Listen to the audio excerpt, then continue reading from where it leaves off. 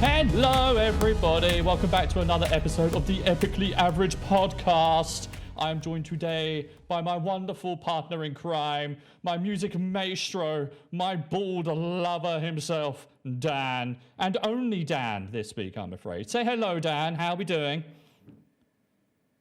This is the part of the show where we go onto the website Only Dan's. Only Dan's. Yes. That's actually the first one we're going to get onto today is we have launched Only Dan's. It is the new website where you can just find pictures of Dan. Just doing his general parts of life, you know, like pooping and getting force-fed onion marmalade and just, you know, general Dan things. So, yes, please sign up to www.epicallyaverage.com/onlydans. Subscriptions start at £45 a month, and that gets you a little bit of ankle, of which 50p goes to Dan, and the rest goes straight into my bank account. Stevie, I'm not that much of a classy bird. A WKD and a bag of shit for the mules. I mean, if I'm making money off you, I'm making money off of you. Yeah, you're making bank. But yes, before we go anywhere, obviously there's only two of us tonight. Now, Rich was originally scheduled to join us as part of the podcast today. Unfortunately, circumstances changed right at the last minute, and he was unable to make it. But the show must go on and all of that, and thus we are here. So peace and love to Rich. Send love to Rich, please, everybody. He will come on in the future, we promise. But in the meantime, you've just got us lovely people. Well, you've just got me and lovely Dan. So, lovely Dan. In fact, I might actually quickly change your name on your tag to Lovely Dan. Lovely Dan. There we go. There we go. Say hello to Lovely Dan. Oh, shit. No, too much stuff is moving. I forgot to lock shit. What have I done? What have I done, Dan? Oh, fuck. No, it's fine. It's fine. Everything's fine. It's all gone to shit already. Lovely Dan. It's all good. It's all good. Lovely Dan. So, today is a bit of a special podcast because normally we bring on a guest and what we do is we get to know more about them. We have a conversation with them, talk about their thoughts on certain things, maybe some controversies and whatnot, what their opinion on certain aspects of maybe the industry they're working on or the platform that they're presenting on and whatnot is. And we have a huge long conversation about that. Today, the people that we're talking to are ourselves because we are going on a journey over the history of the Epically Average Gamers. And what we have done over the... Fuck, we worked this out the other day. 5 years? Yeah. 5 years that this has been a thing?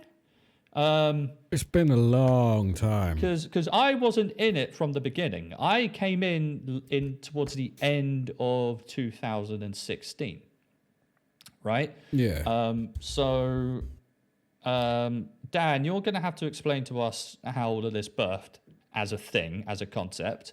But before we go into it, seems as you're my guest tonight, Dan, and I ask every guest that comes on this question. For those people who don't know who you are, Dan, which at this point should be fucking no one, who are you and what do you do? Well, my name's Dan. I like books and sandwiches.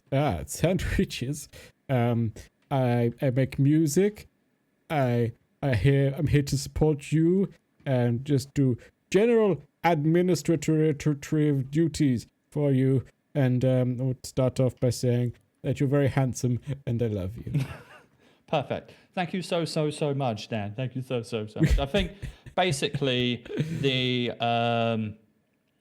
best way to describe you is and always has been my absolute partner in crime. Like the yin to my yang, the mayonnaise to my ketchup.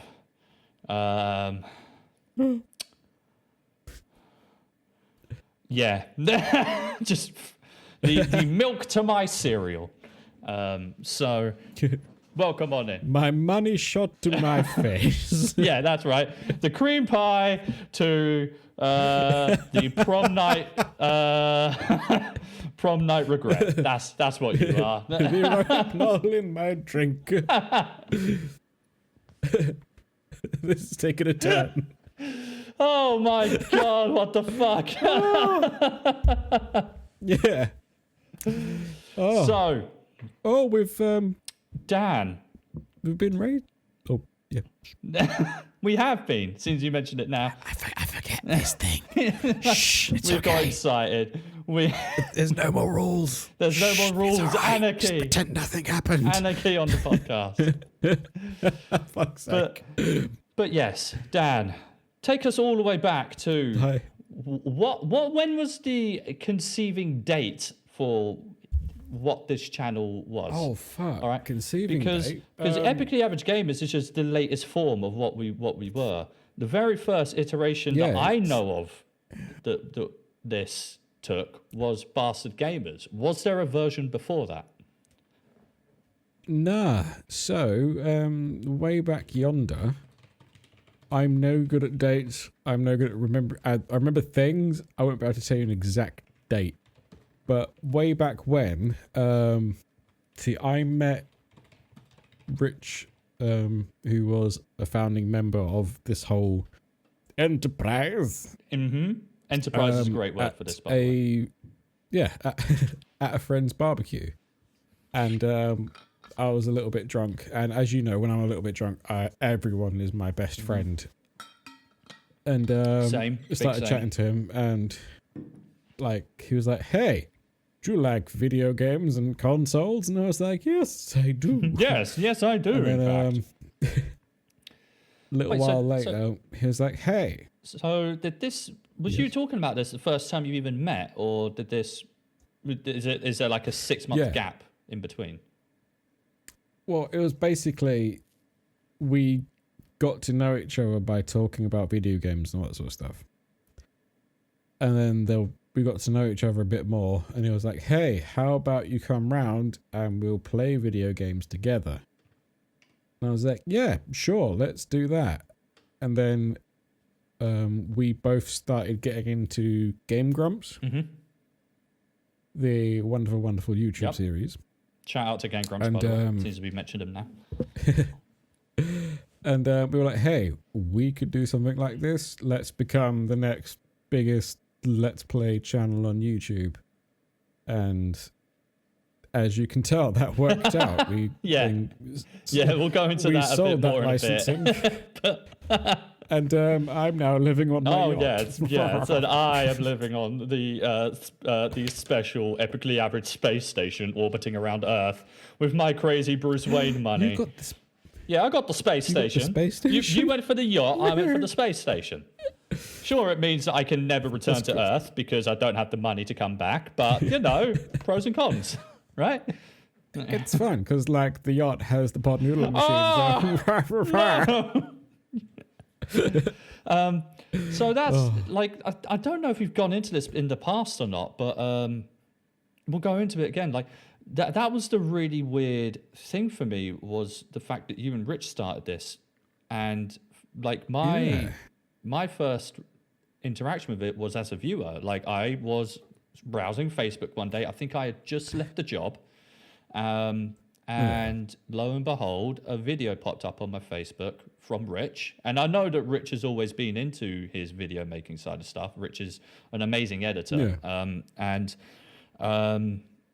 I was like, oh yeah, let's have a look at what Rich has been up to. Click it, and I hear your fucking voice. And I'm like, hold up, is that Dan? Why? What? Right? So yeah, I watched the episode, and that was Resident Evil 1, the original, right? Where you played as Jill. And I was like, this is fucking Dan. What the fuck has happened here? Right? Because obviously, as we mentioned countless fucking times before, we've known each other since school, right? And there was that period of time where we kind of fell out of contact and whatnot, because I fucked off to university, you went off and did your touring in bands and everything, right? So, that was what the hell is going on right now? How small is this world?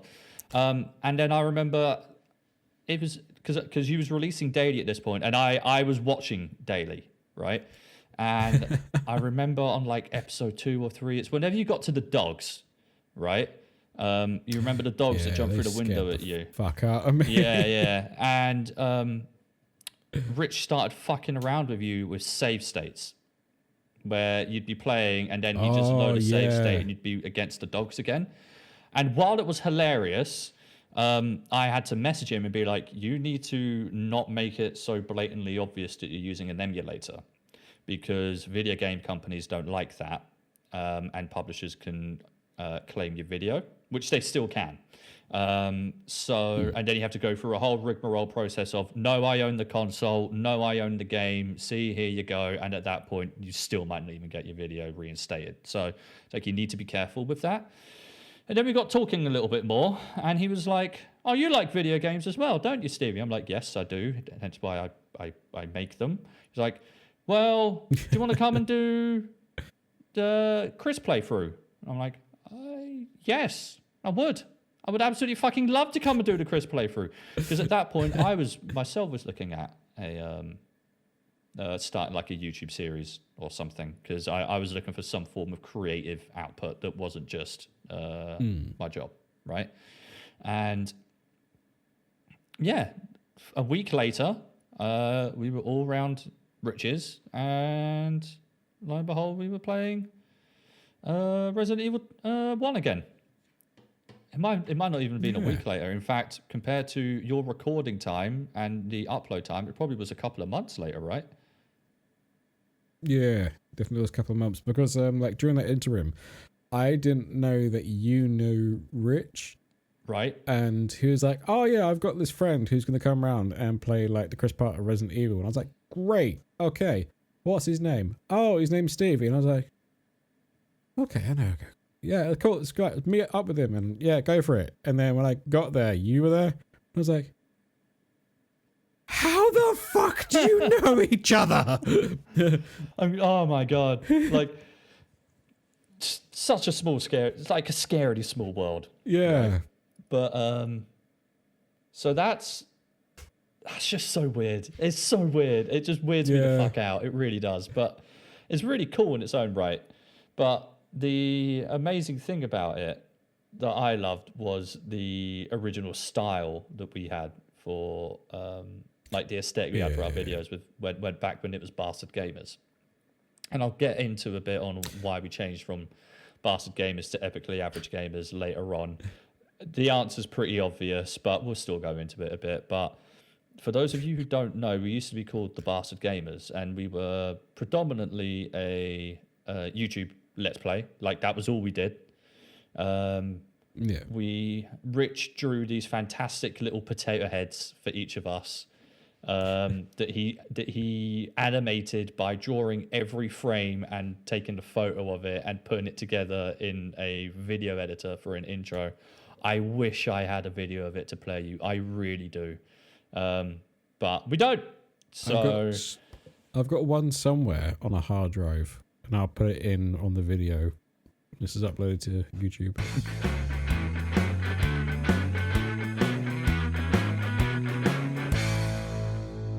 Bastards!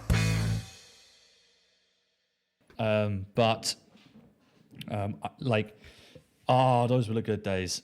Like, and we spent, like, it was, I think it was about a year and a half before we rebranded. So we spent a year and a half making videos under the Barter Gamers monkey, and that was back when you still lived nearby as well, right? That you were still in ye old West Drayton, I want to say. Yes. And I want to kind of go back quickly. Okay. And just say, we got the name Bastard Gamers because Rich and I realized how much we liked the TV show Bottom. So for anyone who hasn't Rick seen Mail and Bottom, Aid Edmonton. what is Bottom? It's a very physical comedy British show where they just are basically really shit towards each other. And yeah, one of the things that Rick Mail always used to say, or like, would be, "You bastard." And then he was like, "Hey, why don't we be the bastard gamers?" And yeah, that's how that was born. Like, I too am a huge fan of Bottom. So when Rich told me that, like, I loved that. I loved it even more. Like, genuinely, if it wouldn't fuck us in so many ways, I would happily go back to Bastard Gamers in a heartbeat. Honestly, like, and I love the Epically Average Gamers name. I love the branding we've got for it and everything. But Bastard Gamers was special. I loved it to pieces. I really, really, really did. And like some days I want to bring it back. Like I really, really, really do want to bring it back. We will one day. Maybe, like as a vault thing. Maybe we can put it up on YouTube or something. But I know that all the old Bastard Gamers videos got taken down. Rich re-edited them all into the Epically Average Gamers branding. So I don't have any copies of them. He might still, but yeah. But that was a long time ago. Like, Bastard Games is a thing from 2016, 2017, halfway through to 2018. Fuck me, it's been a long time. Yeah, it's been a while. It's been a long while. We've been doing this for a good period of time. But back then, we, as I said earlier, we were 100% focused on YouTube. You know, like, Twitch wasn't even a thing that we had considered. TikTok didn't exist. Jesus, that says a lot, right? TikTok didn't exist. Didn't really know anything about anything that we were doing. And I think that was our biggest pitfall and why we never really went anywhere. Because lo and behold, there's a reason that we're not doing Let's Plays on YouTube anymore. It's because it didn't go anywhere. We never got many viewers. We never got many subscribers. And the biggest reason that we had for that is we didn't know what the fuck we were doing. Like, Rich is an incredible editor. I like to think we're funny people. And the videos we made were entertaining. In a large part, there was some bad ones, of course, but there always is, right? But we just had no fucking idea what we were doing. We all, I think it's fair to say, went in kind of ignorant to how to do anything and just assumed that we knew what to do and everything would fall into place. Like, I personally did no research into any form of how you promote it, what the YouTube algorithm is, how you make that work to your advantage, anything like that. I had no fucking clue, right? Yeah, I remember chatting to Rich and we were like, "Hey, how do we do this? Let's just upload the video and see what happens." Oh, was that literally the conversation you had? Yeah, that was basically more or less what happened. Wow. Okay. Because it showed. Because I don't think, put it this way, we only got 100 subscribers on that channel last year. This year was it? Yeah, quite recently. You know. And Rich, bless him, dedicated thousands of hours of effort to it. So much effort. You know, when we went through that rebrand, he took down every video, he re-edited them all. We worked out our new style, our branding, our aesthetic. He made intros and everything, and there was just no return because we just had no idea how to capitalize on it. We were also trying to tap into a market that is beyond saturated, to the point where even Game Grumps don't do it the same format anymore, you know, because there's just not an audience for them anymore. So the people that we were trying to imitate, we weren't even imitating them anymore because they weren't even doing it, you know? We were just naive. We were just really, really, really naive. Like, from that whole ordeal, what do you think is a lesson that you've taken out of that?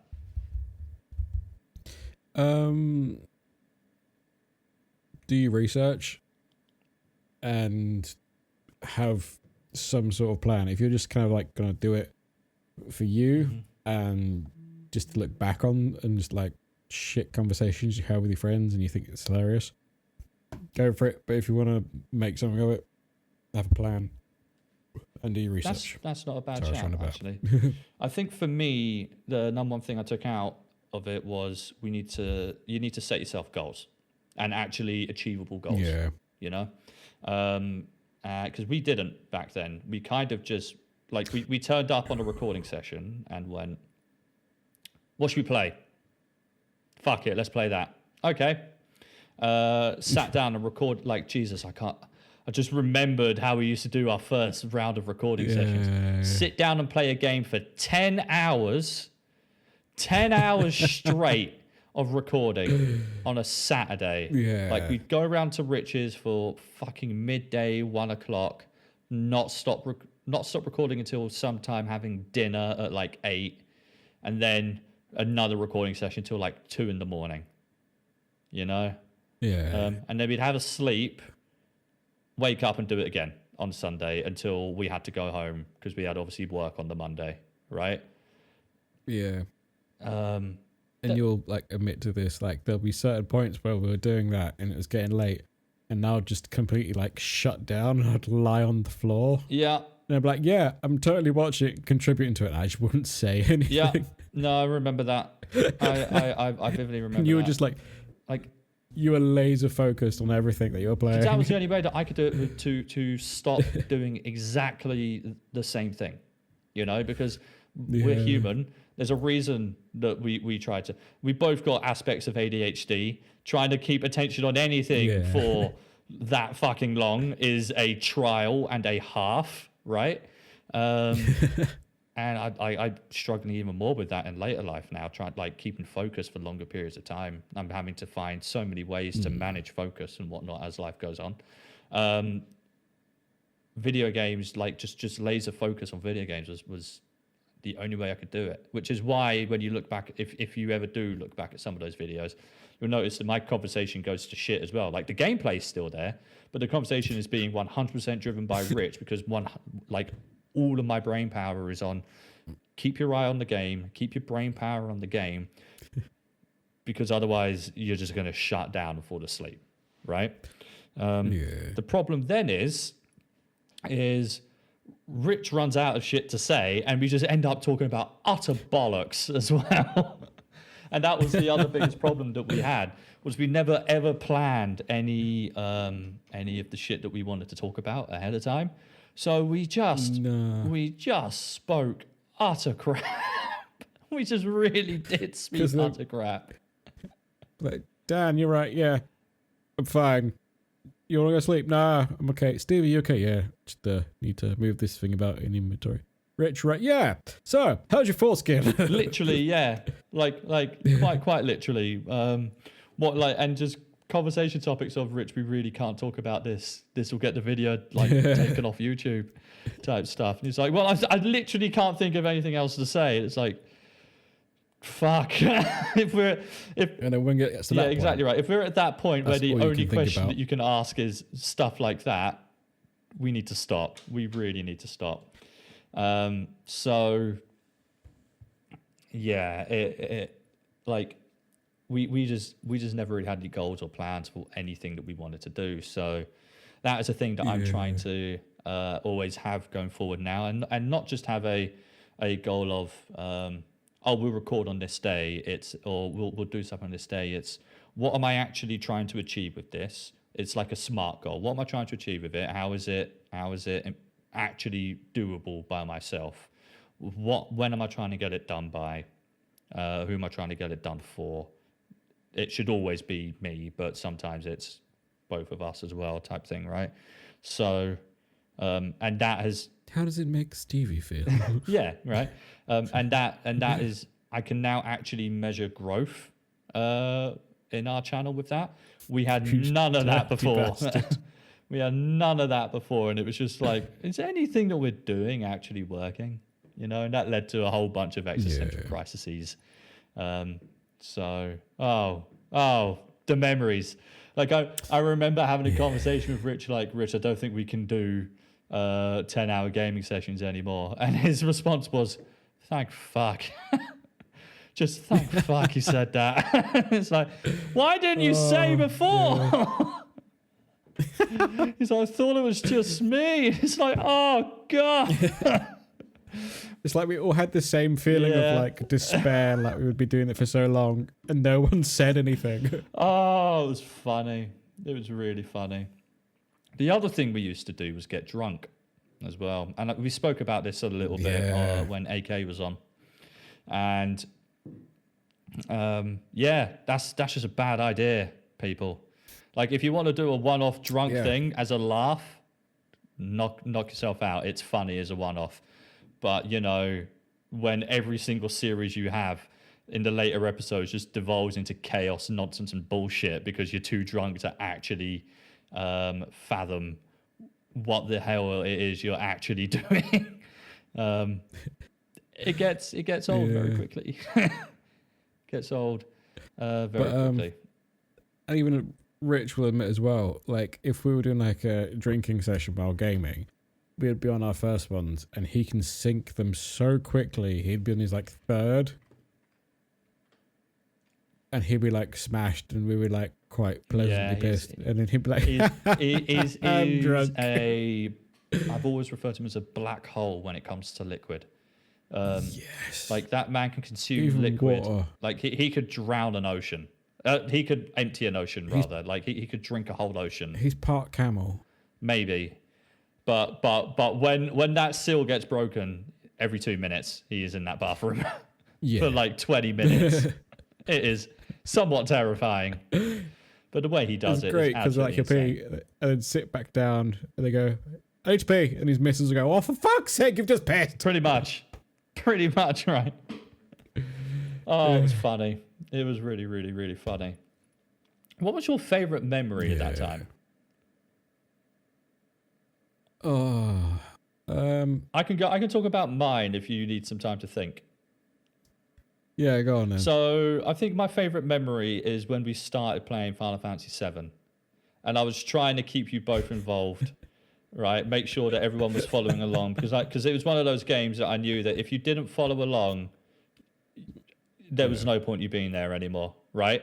So I was like, Dan, I fucking remembered it. So I remember a couple of episodes prior, I was like, okay, so monsters have weaknesses, and if you use those weaknesses against them, they take extra damage. So, for example, humans are weak against fire. And he was like, sure, as you was busy texting Charlotte, sexting Charlotte at that point, I assume.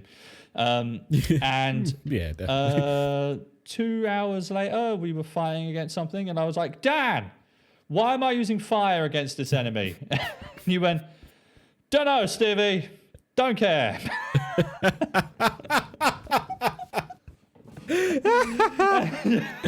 Yeah, that's me. And it just genuinely killed me. It just genuinely killed me. It was so fucking funny. Just don't give a fuck. Just do not care. Busy talking to my lady.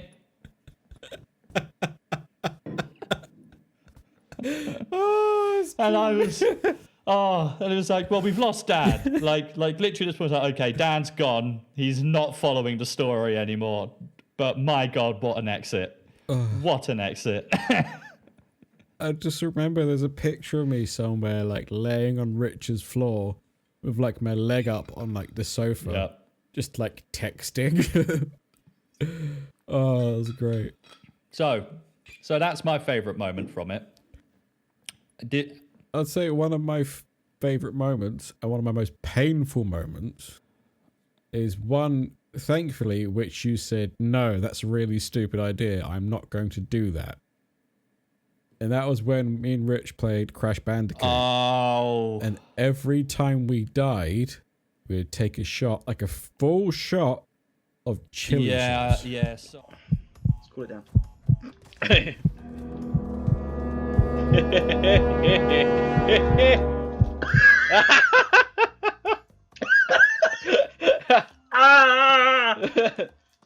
Oh God! How did you stay so calm? Because I'm a man. Oh fuck you! Oh. Oh. Oh. Oh, sweet. You like it, don't you? Yeah, so you bigged me up there saying that I chose not to be there. No, if I remember correctly, it was either the time of no, it's not the time my car broke down. That was when you played Metal Gear with Alessandro. Oh, yes. That was I think that was my uncle's birthday, and I had to go to a family event for it, so I couldn't make it. Okay. But then, like when we were talking about it, I was like, yeah, that sounds great. We'll do more of those. And then Rich sent me the pictures of you two dying. I watched the footage back of the episode, and Rich was like, so when do you want to do the next one? And that was when I went, no, I don't want to do it ever. Yeah. He's like, oh, come on, we did it. I'm like, yeah, don't care. Like, you could have walked on burning coals or eaten shit and decided to do it again. I would not be doing it with you. I'm sorry. I'm not that stupid. That was not fun. Because I think he got like 2 or 3 down.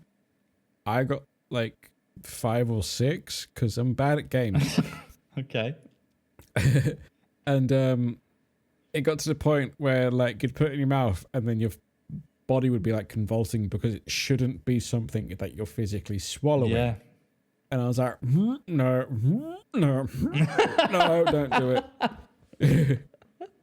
And then I was like, we were like recording, and I looked at him and was like, mate, I might have to throw up. And he's like, it's fine, do it on the camera, I'll get more views. Jesus. Did you do it on camera in the end? I can't remember. Nah, I was doing all right, and then he was like, I need to go to the toilet. Stood up, ran out the room, and then started throwing up. Oh, no. Oh, it was great because it was just like, Oh, no. Like, everything about that day, like, because of all the updates I got, I was just like, this is a terrible, terrible thing. This is such a bad idea. Yeah. Such a bad idea. That was, and then I remember I sort of like blacked out on the floor for a bit because I was like, right, if I just lay down and close my eyes and I don't move, I'm going to survive this because everything hurt after that. And I blacked out for like 10 minutes and I woke up and I was like, I'm in pain, but I'm okay. I got a photo from Rich's wife of both of you just passed out on the stairs. Yeah. Just like you weren't even laid flat on the floor, you were laying on the stairs. It's like, why are they laying on the stairs?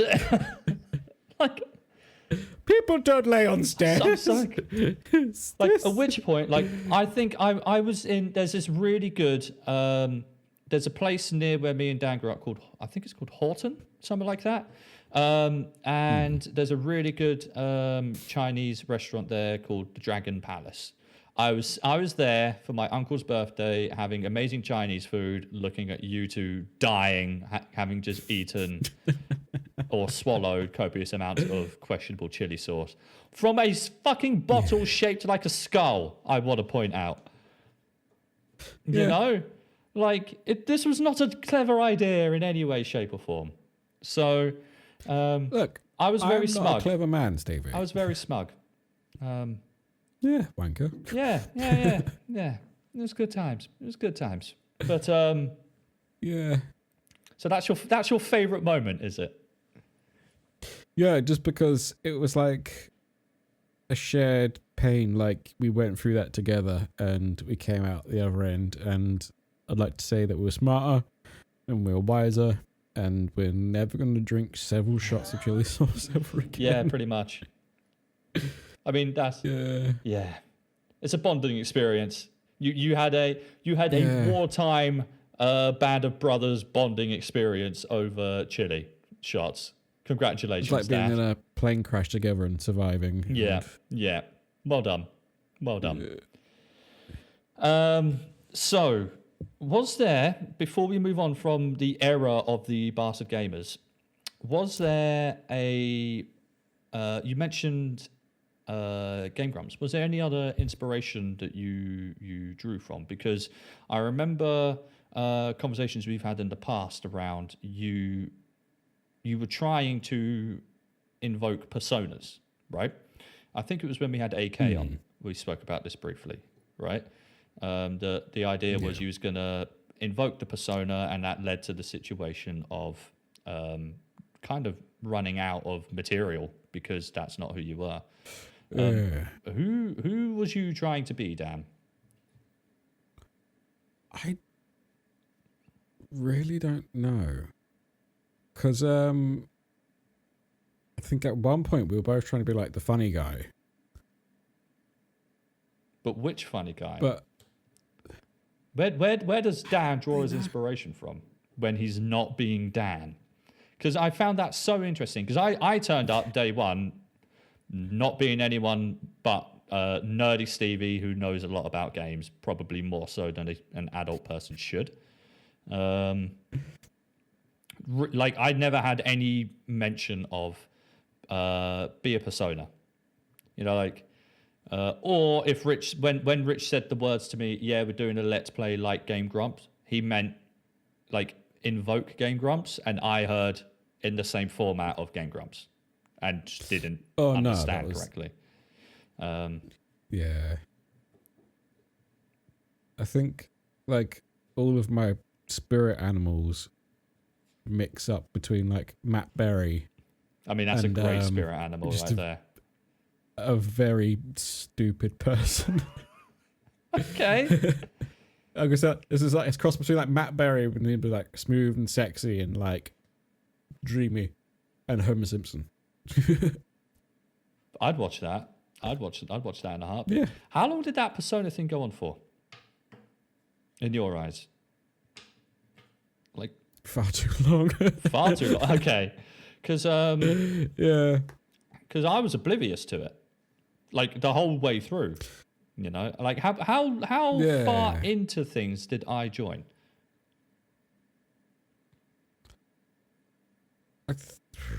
Because I know that because you recorded 2 games before I arrived. It was Resident Evil, the Jill playthrough, and I want to say a Lego game.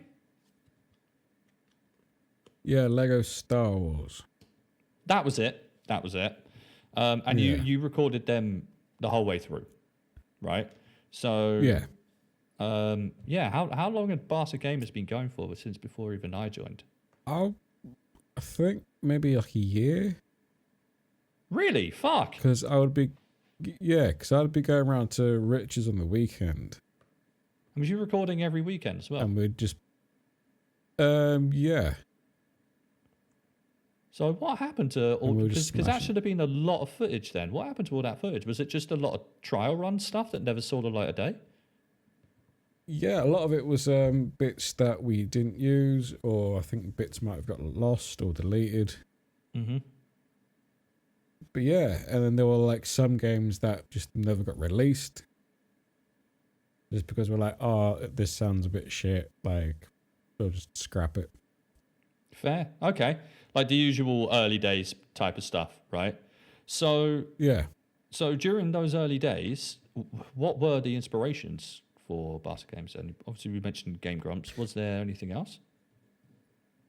I think it was just mostly like TV, like comedies, like really like British, like Blackadder and Bottom, and just really daft British comedy mixed with like the personas of like Game Grumps and Good Mythical Morning. I know that was a big thing for Rich because he was a big fan of like Brett and Link. And really, I know, like genuinely, I never knew this. Yeah, because I know that eventually he wanted to like start up something like Good Mythical Morning. Okay. And have us like sitting like behind a table and like talking to a camera and just have a laugh. I mean, that bit I did know because we'd floated ideas around that quite a few times. The problem that we always ran into was production and setup. Like, where do we do it? Yeah. How do we do it? How much equipment do we need for it? Fuck, that's a lot of money. Okay, maybe not right now, type thing, right? Because obviously we was making zero return on any investments that we made, right? And when I say in the beginning, we had like a lot of the money came came from Rich when I arrived. I don't know how it was in the beginning, but Yeah. afterwards it was like I turned up one day and he was like, "Here's a microphone. Here's a record like a microphone arm stand. Here's a audio mixer. There you go." And I'm like, "How much did you spend on all of this?" He was like, "Don't worry about it." It's like, the fuck, man. Yeah, he brought a lot of equipment. So okay, so it was predominantly inspiration from outside of YouTube that spawned Barter Gamers then. Yeah, and What was we sort of thought we would try and incorporate. Yeah, we thought we'd try and incorporate that into how we were and the personas that we would like become for it, but then it just turned it to its own beast. Yeah, I think that's a fair way to describe it. Like, when you initially set it up, what was the picture in mind? What was the end goal? Like, what was the aim of it? Or did you not think that far? Because I know when I joined, I didn't think that far. When I joined, I was very much, yeah, I get to play games and chat with friends, and it gets uploaded, and that's cool. I had no idea in the back of my head what is the end goal of this thing, you know? Yeah, I know that we both kind of went like, hey, wouldn't this be cool if this became our jobs? And then I started off like that. Then I eventually got round to the mindset of like, I'm really enjoying just hanging out with mates, playing video games, having a drink, eating pizza, being stupid. And yeah, that's what it became for me, because I didn't realize how much I needed that at the time. Mm-hmm. So it went from like, hey, let's be stupid and try and make loads of money, to like, oh fuck, I really mentally and physically needed just to chill out with you two.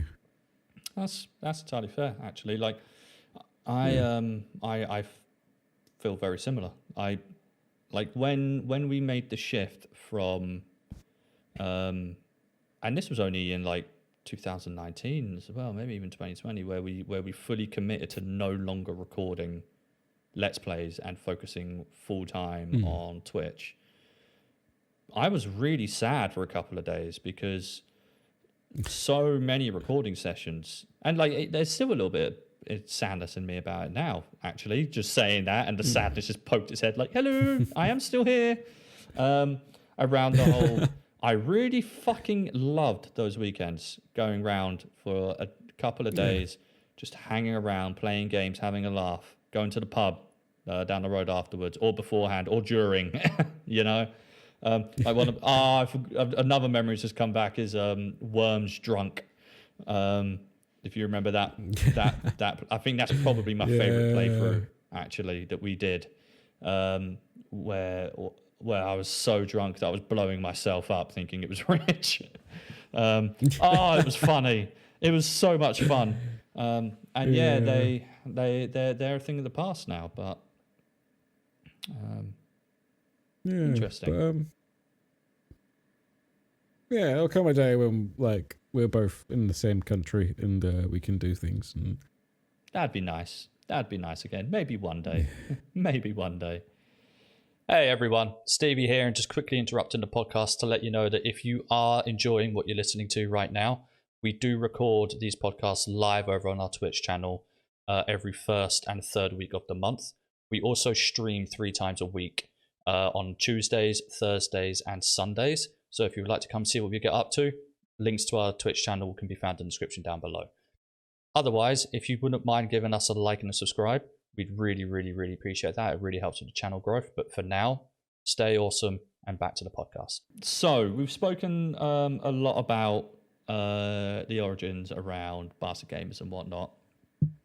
Let's talk about the transition into Epically Average Gamers. So basically what happened is, after 2 years of uploading to this YouTube channel twice a day, Rich committing every waking moment of his time outside of work and his commitment to his partner, editing videos, because we produce so much content, right? I mean, we looked at it recently. There was over 1,000 videos made, right? Yeah. Considering, like you said previously, like we'd do like a 10-hour recording session, and then he would split it up into like 15-minute. But this episodes. is the amazing thing, right? Initially, it was 15 minutes, and then we reduced it to 10 to get more out of our content because we had to go from bi-weekly, because I think it was originally bi-weekly recordings to monthly recordings or something, right? Yeah. So yeah, 1,000 videos, 10 minutes each, all edited by Rich.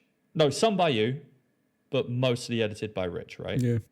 Yeah, like 99% rich. So the amount of hours he put in, and then we looked at our analytics and we're like, wow, okay, this isn't this really isn't going anywhere, like at all, in any way. Like I think at that point our highest video view was 3 or something, right? And it was like me and Rich had a proper heart-to-heart conversation down the pub over a couple of pints, and a pizza, because this pub, which was called the Bootlegger in Wickham, it's gone now, was fucking incredible because they didn't have a kitchen. They let you bring your own food in.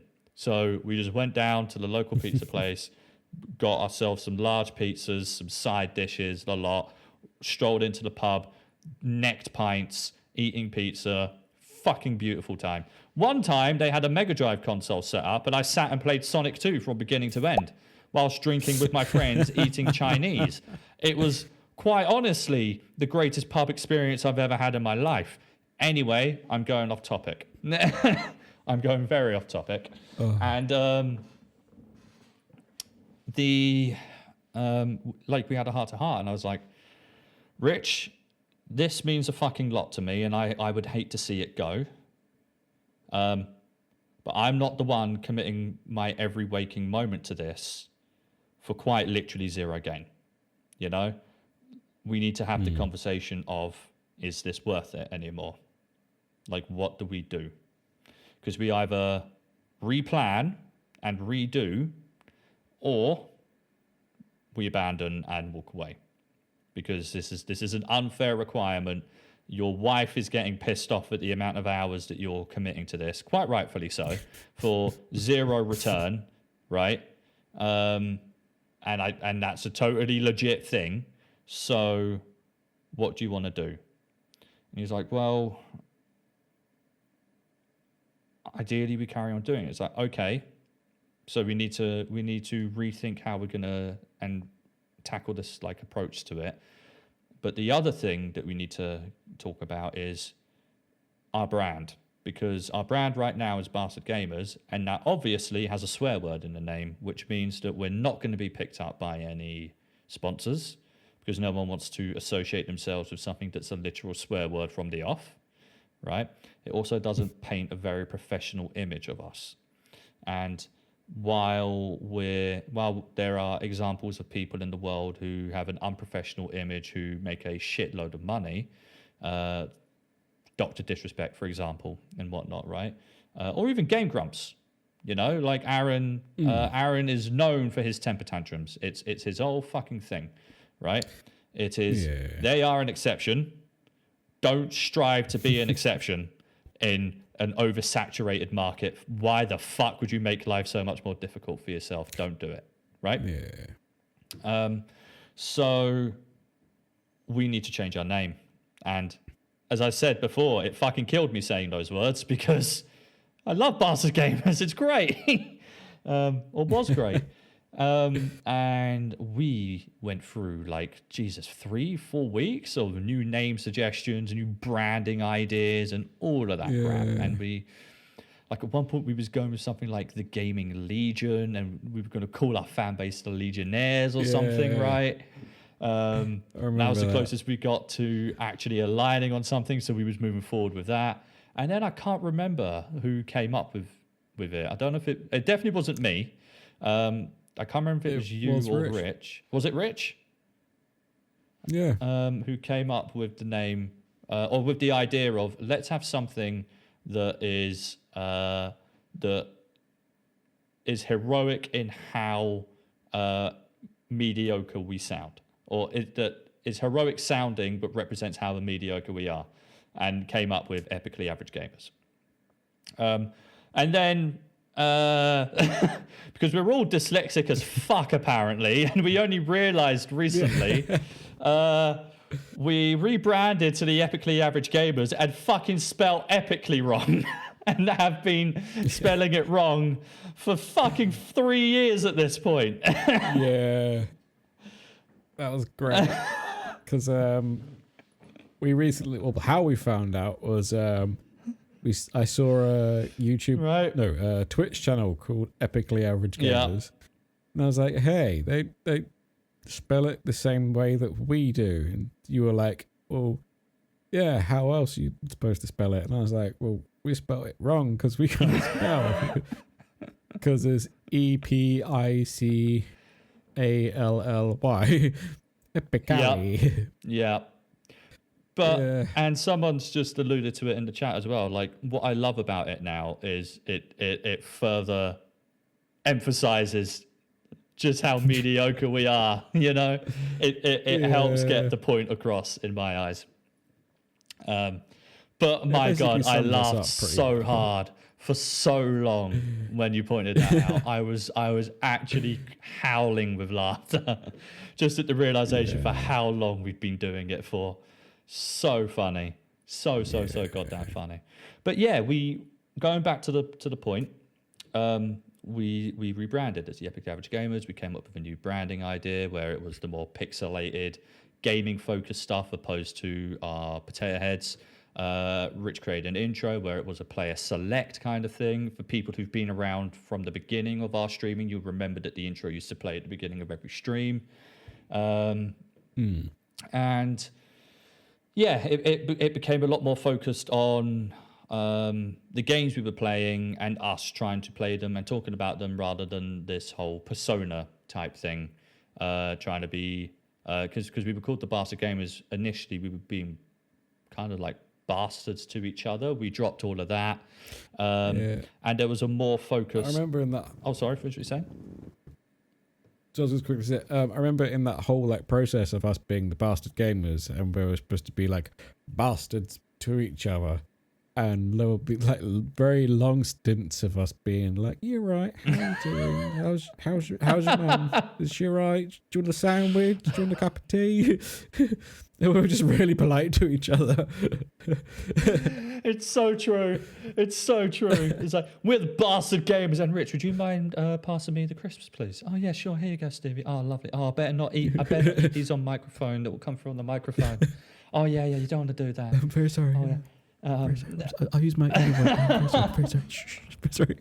You're really shit at this game. Oh, but there's some ammo over there. Don't forget the ammo because that'll be really useful for you later on. Oh yeah. Thank you for that. I missed that. I appreciate that. Yeah.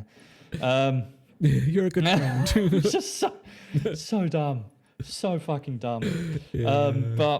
But yeah, we rebranded. We refocused more on committing to series and stuff. We wanted to do initially. We wanted to do some more like long-winded series and things as well. So we were starting up a series called the Bad Adventures, I think it was, and of which we only ever recorded 2 things of. It was me and Rich going on an adventure on Minecraft. Oh, my throat just closed up. You're right. That's how bad it was. It just made you physically nearly die. My throat just closed. I need to get more water. Dan, hold the fort. Fuck. What the fuck? Oh. But yeah, so this like Bad Adventures was gonna be Rich and Stevie going through Minecraft and trying to make it sort of like a game show thing, I think. But yeah. Okay, I'm back. Sorry, everybody. Oh, Jesus. I don't know what happened there. Just like my throat just suddenly turned into sandpaper.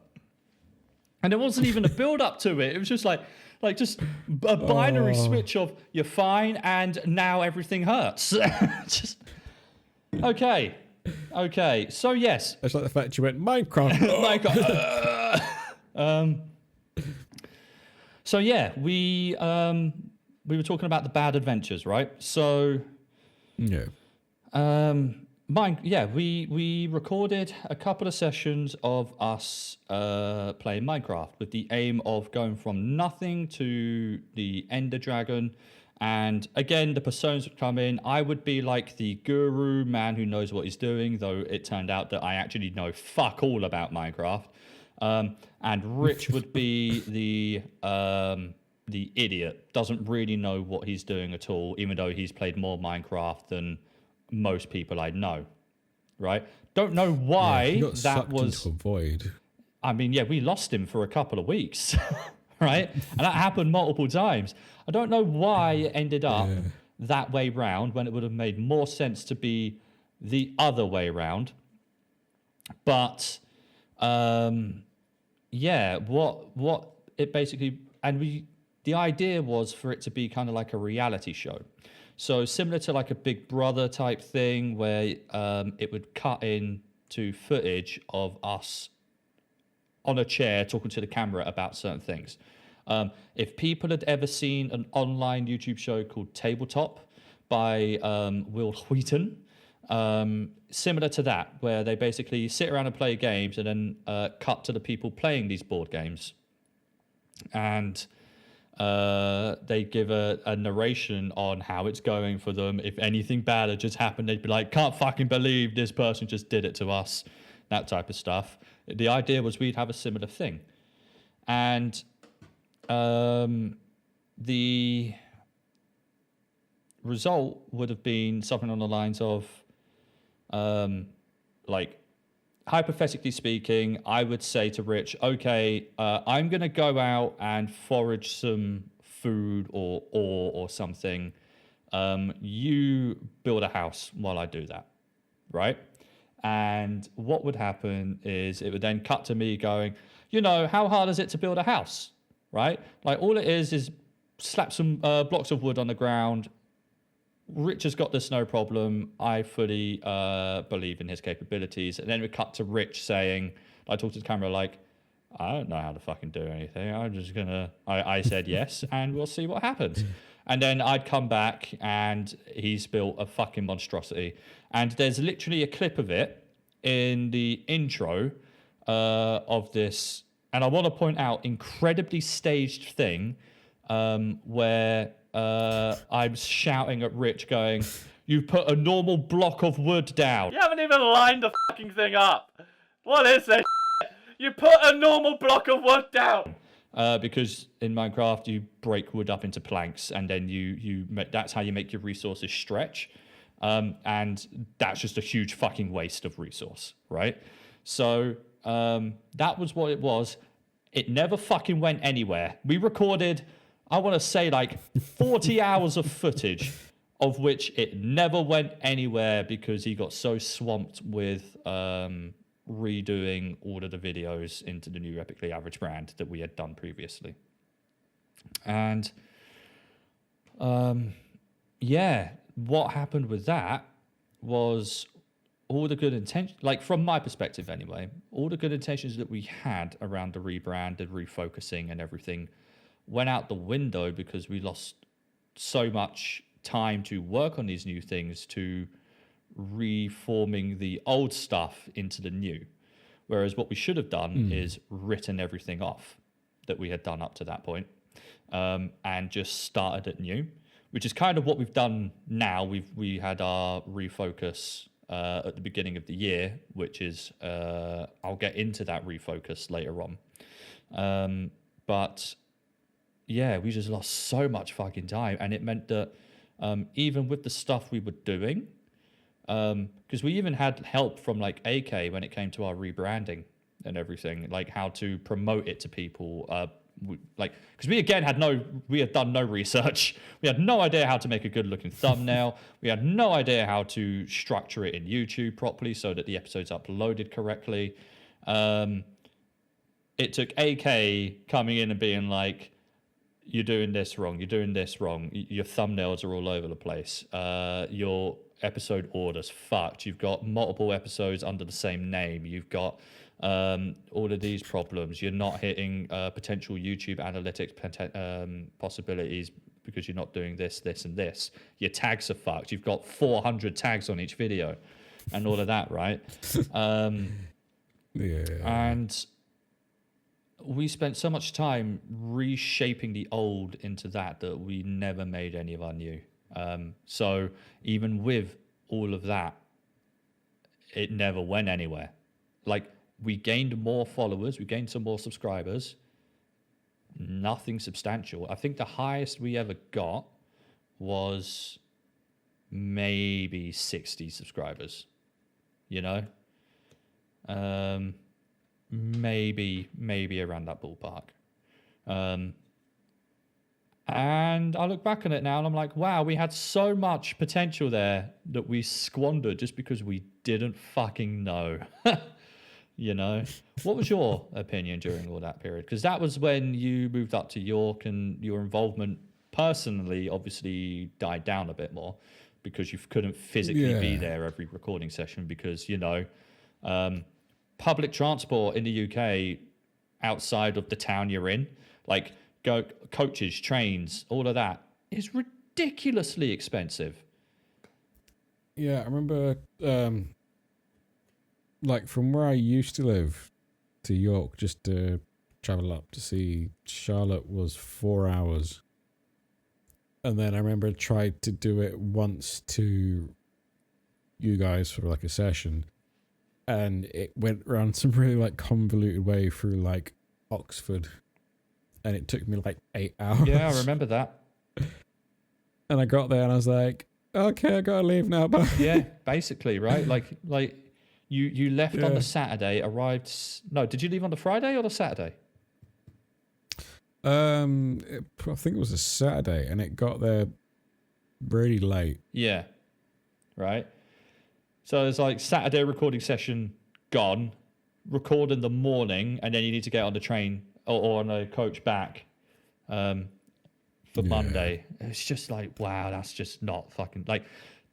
If there was a situation where you could drive, it would have been better. But that's still a 4-hour drive, 5-hour drive. You know, it's a huge commitment. It really is. And we obviously didn't want to take you away from the lovely and wonderful Charlotte. Like, God no.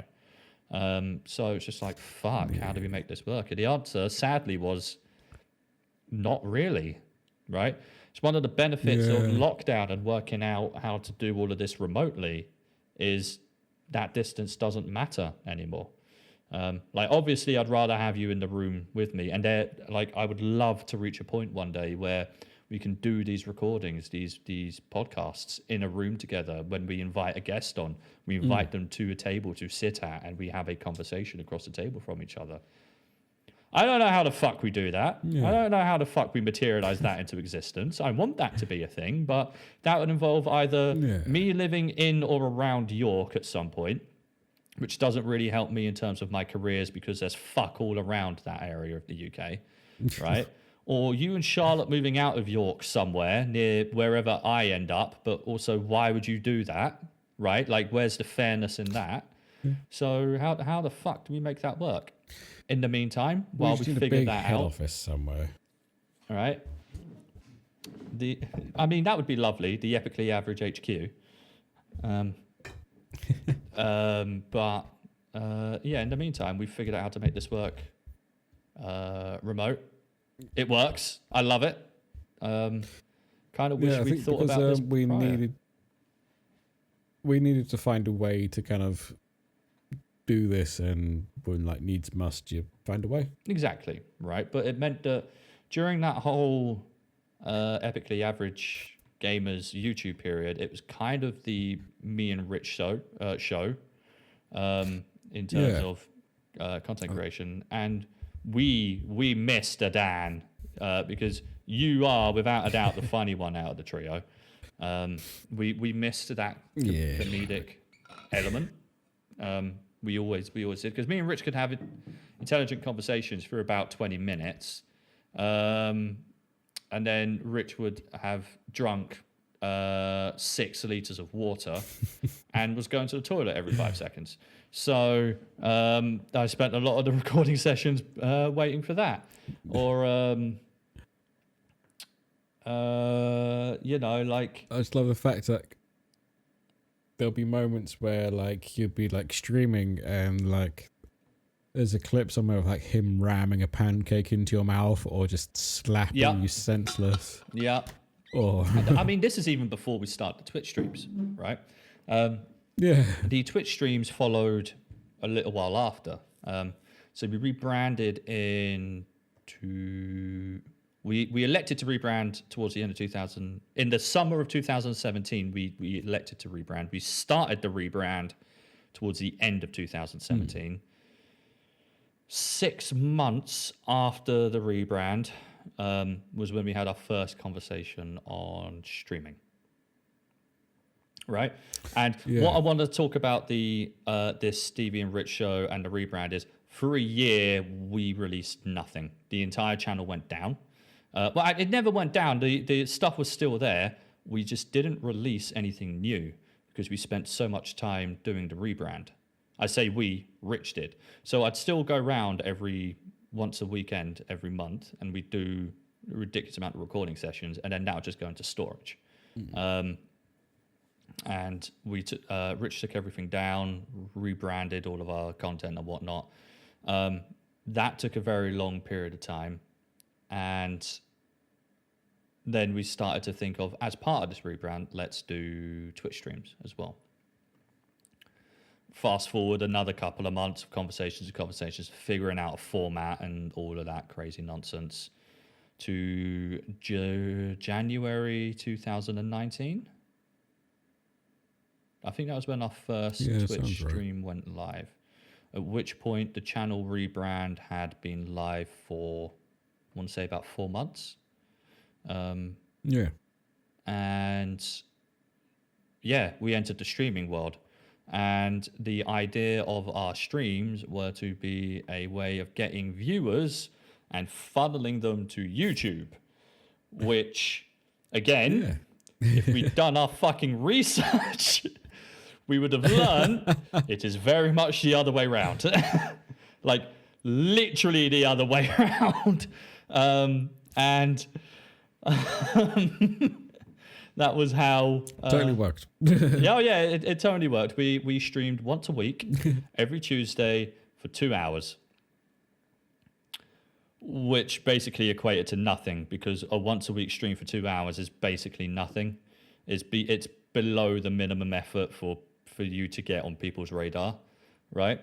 And like if streaming is just a hobby at that point to you, fine, do it. Like that's entirely fine. You stream however much or little as you want, for however long or little as you want, because at the end of the day, you're doing it for fun, not for anything, like any goal at the end of it, right? We were not. We were doing it with a goal in mind of building a viewership base, of turning this into something big. We just couldn't commit to it. Because like once a week I would go around to Rich's. That's an hour drive there and back each way.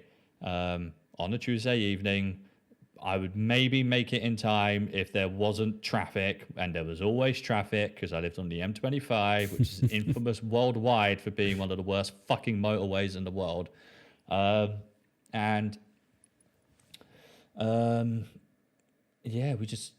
We just couldn't commit the time that we needed to make this work. We did a couple of weekend streams every now and then, but the only people we ever streamed to were you and Charlotte, and eventually AK. Yeah. What was your opinion of those streams back then?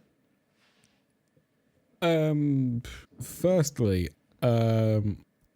I felt very sad because that became, like you said, the Ian Rich show for a little bit, and I had like no part of it, but at the same time I loved seeing you guys. And it was just great to like, because it was like live, I could just be like, hey, punch Stevie in the nuts. And we did a couple of times. And yeah, it was great because you'd be like, "Oh wow, I'm nearly in the balls." Yep. To be fair, I can't be angry with him about that because I started that one time, and it became a thing ever since. Oh, Yeah, I slapped him in the nuts when he was getting up one time to go to the loo to see if he'd piss himself. He didn't. Instead, I started a war that went on for a very long time that I heavily regretted. So there you go. So there you go, kids. Learn your lesson there. Don't do things to people if you don't want it done back to yourself. Stevie's smart. But yeah, like, I completely agree with what you're saying, like the sadness of it, because we obviously wanted you there and we missed you not being there. But then on the flip side of it, both times you'd be like, "Hey, guess what? We're going to be playing Final Fantasy." And I'm like, "Yes, I'm not there." I can go and do something else and they won't know. Thank you for grinning and bearing your way through that game. Because at that point, like, you are kind of our only viewers during all of that. So, you know, like with Kingdom Hearts, in like the recent weeks and whatnot, it has been churning in a large following and viewership and whatnot. So, if you and Charlotte switch off from it, which is entirely fine, right? I'm no longer just playing to the void, you know? In Final Fantasy, that was very much the case. Oh, God. But we managed, we finished it, and we'll never go back. It's fine.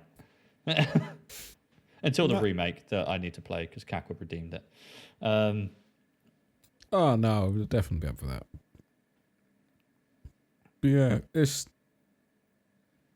it was just a really awkward yet fun time. And I remember chatting to Charlotte quite recently about how she met. Well, yeah, basically how she met you, because she knew you from watching the stream, because she never met you in person before. Yeah, I think the first time we met was Rich and his wife's.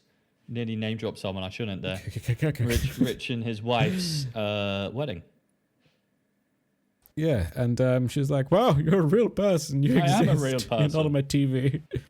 I am a real person. And at that point, you were like celebrity status. Was I? And if I remember correctly, by that point, I was barely fitting into my best man suit. So that's what I remember from that wedding. The shame and guilt of padding that out a bit too well. With the meat wallet and shouldn't have had those egg benedicts. But anyway. Oh, I still remember that morning. It was like, "Hi, Stevie. It's morning. Right. Do you want a pint? Because, you know, wedding day." And you're like, "Dan, I need sustenance. Eggs Benedict." And you specifically use those words. "I need sustenance." Yep. That's when I'm hungry and I'm making a point. I normally go for I need sustenance. I need nourishment. Feed me. Oh, it was funny. It was good times. Break out all the big words. Oh my God. Yeah. Yeah. So. I lost my original point on what I was talking about now because I'm just remembering that Eggs Benedict and my declaration of sustenance. But I also had a pint with it, if I remember correctly. Yeah, I've got a picture of you just like looking all suave and sophisticated with like your pinky up as well, just cutting into this Eggs Benedict. Oh, it was good. That was a good morning. And not even because our best mate got married. Because of a pint and Eggs Benedict. That was a good morning. The wedding was a bonus. I'm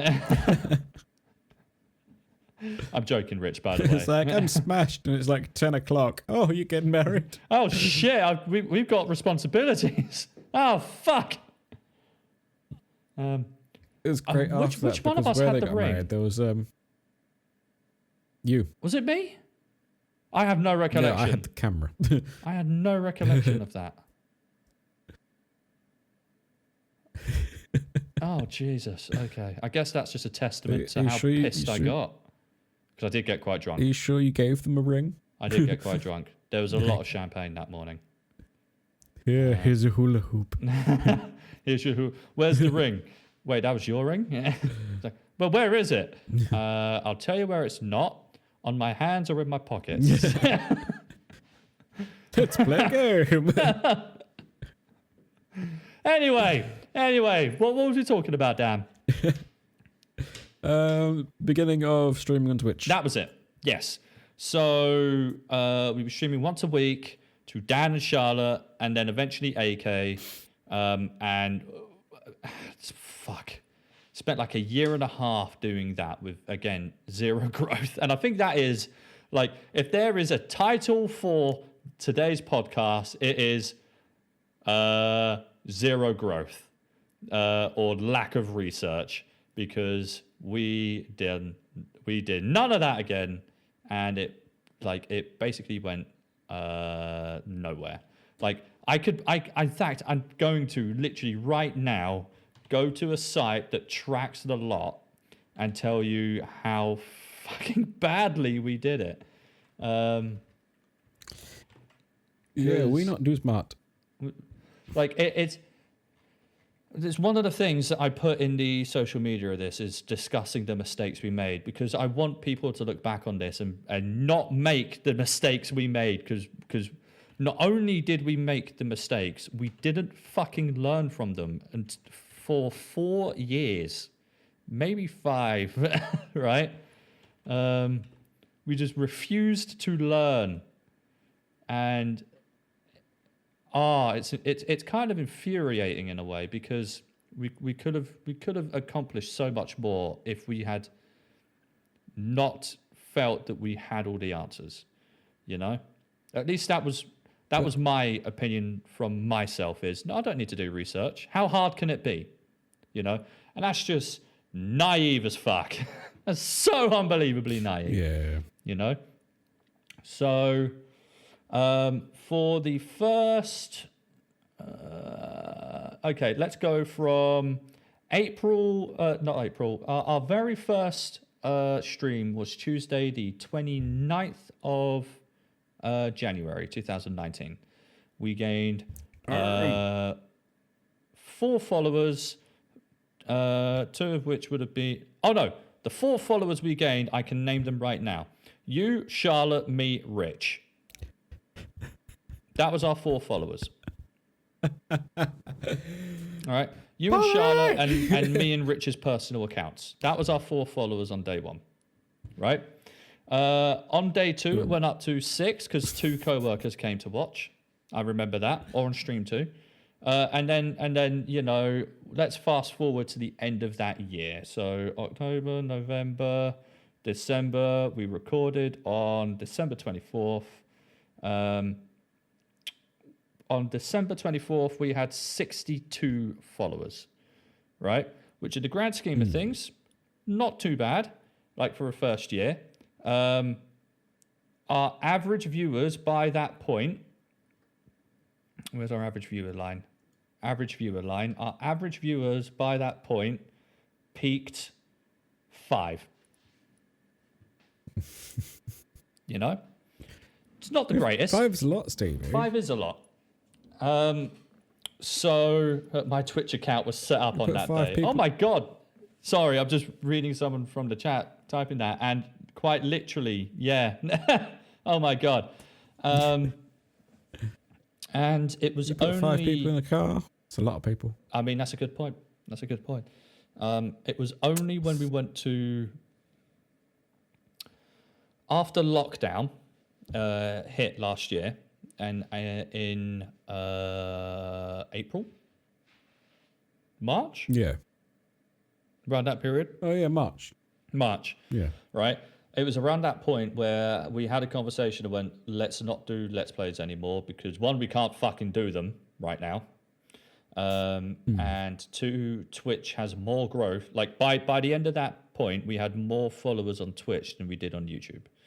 So it was like, let's focus. Let's double down on Twitch. Let's commit to more Twitch channel activity across the board. Do more than one stream a week. I think the max we went up to was 4, and then we dropped it down to 3. Let's stream for longer than 2 hours because we don't have to dedicate time to actual travel. Dan can get involved again, and you did, and that's when we kickstarted our Sea of Thieves streams and everything, right? Charlotte got you that Xbox for Christmas, and the doors flew open on that. And that was when at least when I started doing a whole bunch of research into, okay, what the fuck is Twitch? How do I understand this platform? And that was when I learned the golden rules of there's fuck all discoverability on Twitch, which is why that initial plan of funneling people from Twitch to YouTube failed, because that's not how Twitch works. You don't build a following on Twitch to funnel anywhere else. You build a following elsewhere to funnel towards Twitch. And that was when Epically Average Gamers focused 100% on Twitch streams, and went through a months-long process of figuring out what the fuck our YouTube presence was. Lots of meetings. Lots of meetings on that one. Yeah. When you look back at it, it's like, fuck, that was wasted. Yeah, but no, wasted is the wrong word, because the number one thing that we do a lot more of now than we ever did during our time on YouTube was try stuff. Like we were very adamant in the stuff that we would and wouldn't do. We never really tried any new things to see what would stick or anything. We never even really spoke about it. Rich always had a few harebrained ideas, but we never actually put any of them into action. And it led to basically us just creating the same content that wasn't working for years, right? When we had that conversation, we had our first ever actual sit down of what are we wanting from this channel? What do we want to make? What do we enjoy about what we do? And what don't we enjoy about what we do? What aspects of it are and aren't working? What aspects of ourselves are and aren't working, right? Let's have a conversation. Let's replan, refocus, restructure. And that's what we did. And yeah, then before we go into the last major thing that happened that led to another restructure change, as a person who was coming back into it during that period, Dan, what do you remember from that point? I remember sort of like we all sort of wanted different things. Mm-hmm. And like one of us wanted to be like super focused on like, right, let's churn out this amount of content and like focus on these specific games because like a lot of people focus on them, and some of us were like, hey, how about we just go back to how things were and have it as friends playing games with friends. Yep. Yeah. It was a very strange time to come back into things. But yeah, it was good to like focus on this enterprise. What's your thoughts on it all as of now, though? Because you mentioned earlier that you thought it was a waste of time. Do you actually think that, or was that more of a just in the moment thing? Like, do you actively think it, like, because we had probably about 2 to 3 months of meetings around it, right? Ooh. Yeah, I think basically like all the meetings that we had, then now things are very different. Yes, but that's because things changed again, right? When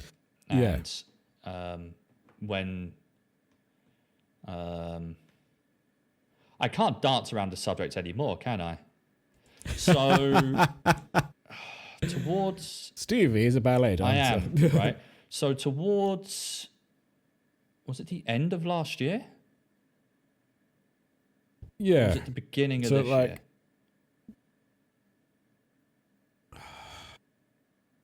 those are both the same thing. End of last year, the beginning of this. Basically, was it in December or January?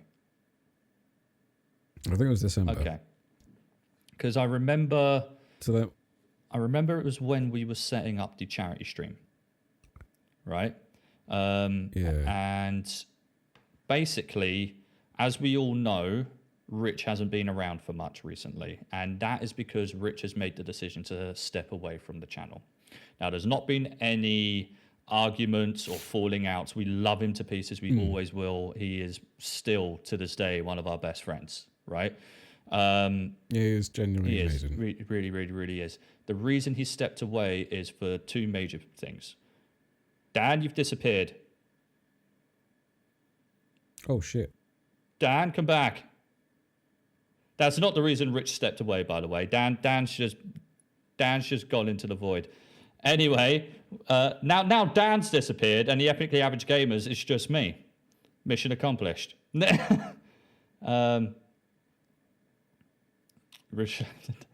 So while Dan figures out what the hell just happened, I'll carry on with the story. So Rich left for two main reasons. One, he's about to become a father, and that obviously drastically changes one's life. He can't commit anywhere near as much time to it anymore, because obviously he needs to raise his small babby child, and help his wife in the raising of their small babby child. And the other thing, Dan's back, everybody. I have no idea what just happened. My laptop took a shit. There we go. Did you still hear everything that I was saying? Yeah, I heard everything. Okay, cool. And the other reason was following those conversations around the restructure of the channel and the direction that we all wanted to change it all in. It became clear that what he was wanting from it and what we were wanting from it weren't necessarily in line, and his priorities were different to ours. And it was making him feel uncomfortable in the direction that our channel was going in, because we basically voted by democracy, because that's kind of what it is, right? And he didn't feel right taking up, like, what's the way to describe it? Like, the power to vote on stuff and change stuff around the channel that he didn't fully feel like he could commit to, which I respect. Hopefully, I would hate for someone who doesn't care about things in the long run to be making decisions on it. And it also opened up his time to focus on the stuff that he did want to go on. So, that's if he gets the time to do it now that the baby's due, because his wife's, 7 months pregnant at this point. So Yeah, I think it's due in 5 weeks. yeah, there you go, right? So, like, as I said, no love lost at all. We still love him to absolute pieces, but that's why Rich hasn't been around for the last couple of months. That's why you'll notice that he's not in the about section anymore, or the emotes and whatnot aren't around. But with Rich stepping away, we had another talk of, fuck, how the hell do we do all of this now? Because Rich was obviously our man who knows everything when it comes to video editing. And we've worked out plans for how we're going to do that. We just need to actually commit and execute on them between the two of us now. But it kind of meant that we spent months and months and months of planning what we were going to do, and ultimately walked away from it going like, well, we're doing something like we whittled it down to options A, B, and C, walked out with an option D. 3 weeks later, now we're on plan G, So that was when I kind of personally took on a more of a free-form, free-flowing aspect to it of, let's try a whole bunch of stuff. Let's try a whole bunch of things, see what people like, see what people don't, stick with what people like, drop what people don't, and see where that takes us. And so far, touch wood anyway, the growth has been good. We have made excellent growth over the last year. Basically, we went from we hit 100 followers in August last year. We are 4 away, correct me if I'm wrong, from hitting 300 now. So, the growth is there. I'm very proud of what we've accomplished so far. And I'm very excited to see where we go in the future. But I just wish it's a journey that we had fucking realized years ago. Oh my God, I wish we'd realized it years ago. But going back to a little bit earlier on, it's not to say that we both told Rich that if he ever wants to come back, we'd always welcome him back with open arms, because he is lovely. Yeah, like he will forever be a core part of this, and if he came back and asked to join, he'd better put some lipstick on and look pretty and take me out on the town. But of course, I'll take him back open-handed. No, like, jokes aside, anytime, like, honestly, anytime. I miss that man. I do miss that man. I was looking forward to having him back on stream tonight. But, shit happens, and you got to do what you need to do in those moments. Exactly. He'll be back. You'll see more of him. So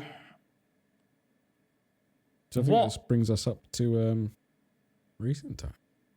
It does bring it up to recent times. And my next question to you is, what is your, like, hand on heart, honest to God opinion of where we are right now? Promise no love lost on anything. I'll just hate you forever if it's nothing but good. I think you're a bit of an arsehole. I'd agree with that. Nah, I think what we're doing,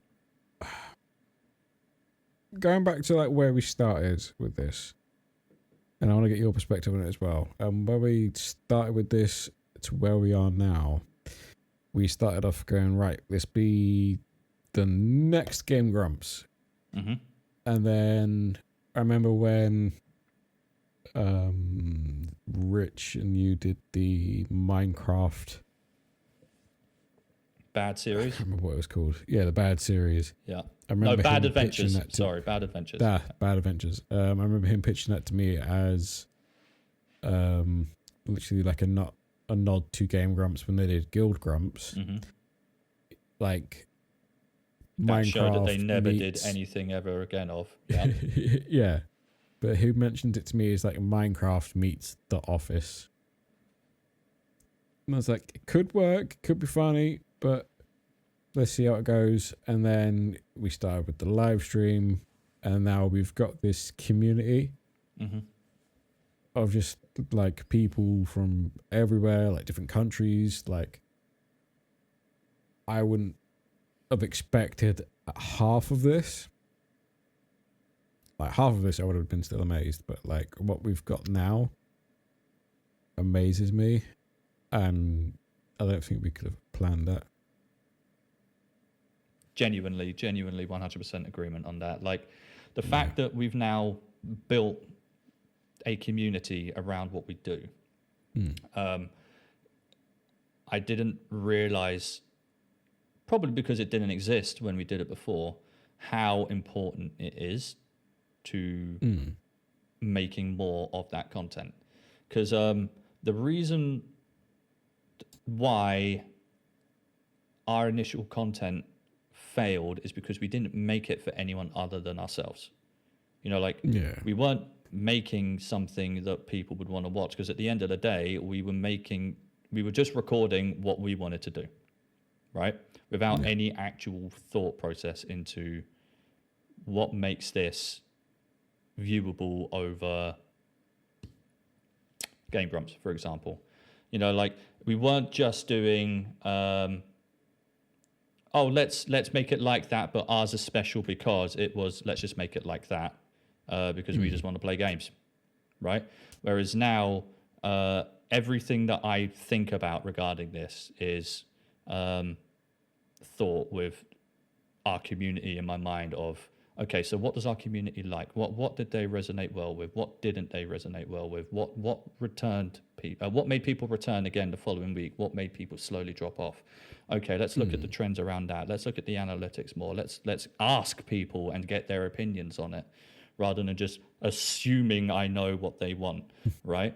And it has led to such a positive relationship between us and the people in our Discord, the people in our chat, the people who listen to this and whatnot, that I don't ever want to do this without them, ever.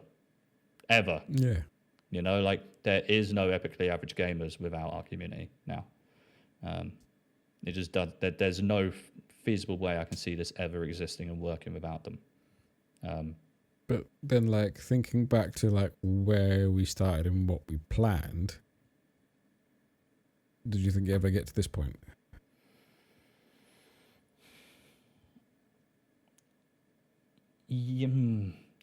I hoped it would. I hoped it would, but I had no understanding of how and why. Yeah. You know, like, I would be like, yes, we'd have a community and a fan base because Game Grumps have a community and a fan base, not because of why people would want to be a community or fan base of us. You know, it's like no understanding of what goes into making a community, what fosters a community, what makes people want to come back the following week. You know, so. It was a naive expectation that people would just gravitate to us and stay forever because we're amazing. And that's dumb. That's really dumb. I'd say we're more weird and broken, and people like gravitate towards that. And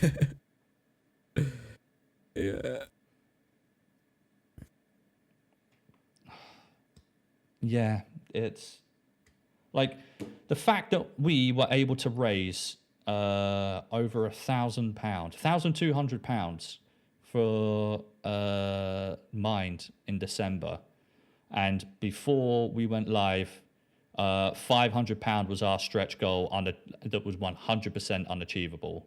And before we went live, we were £300 towards it already, and it's like, like we hit that within the first half an hour or something stupid, right? Like, it was absolutely insane. I remember going to, if we had done that, I was going to say, if we had done that a year prior, not even close. We'd done that a year prior to that, we would have literally have made a Christmas special that no one would have watched. You know? Yeah. You know? I remember, like I remember prior the year. to that, Oh no, finish what you're saying. I was gonna say, going to, like, if we make like £100 or £50 or a tenner, I'll be happy, because that's like more than what we would have expected.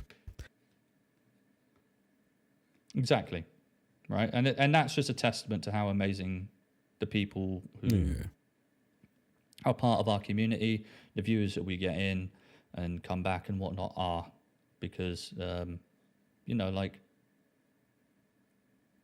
we just sit here and act stupid. We eat spicy beans and wax our legs and shave our heads and do that kind of stuff. I say we. I'm now quoting actions from people like AK and ODog, and who would we do that for if there wasn't a community to do it for, right? I wish I'd realised how important that was all those years ago, because I would have spent more time fostering that community rather than trying to teach you Final Fantasy VII. You know? Yeah.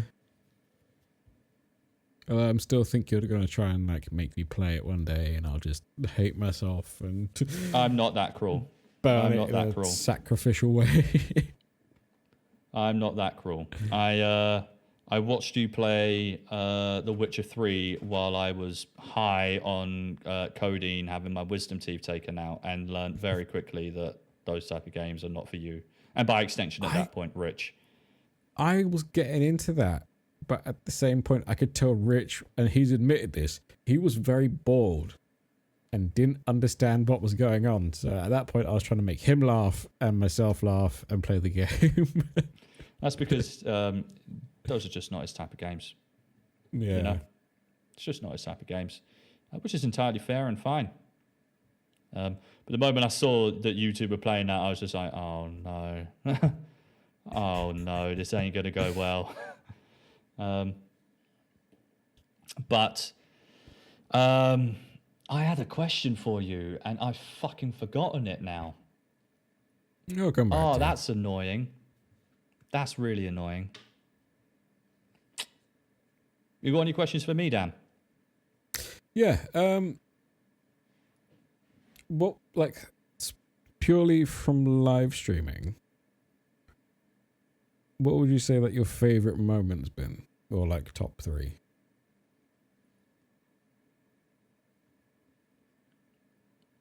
I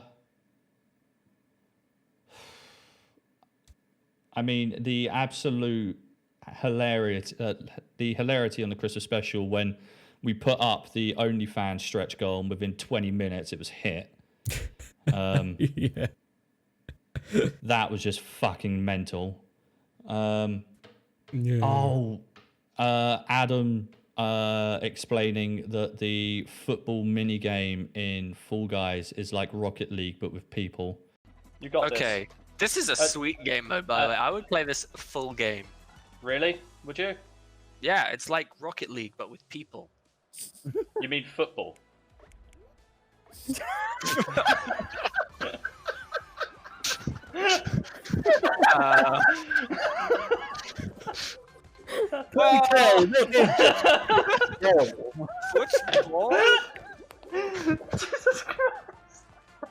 I still look at that clip to this day and just howl with laughter.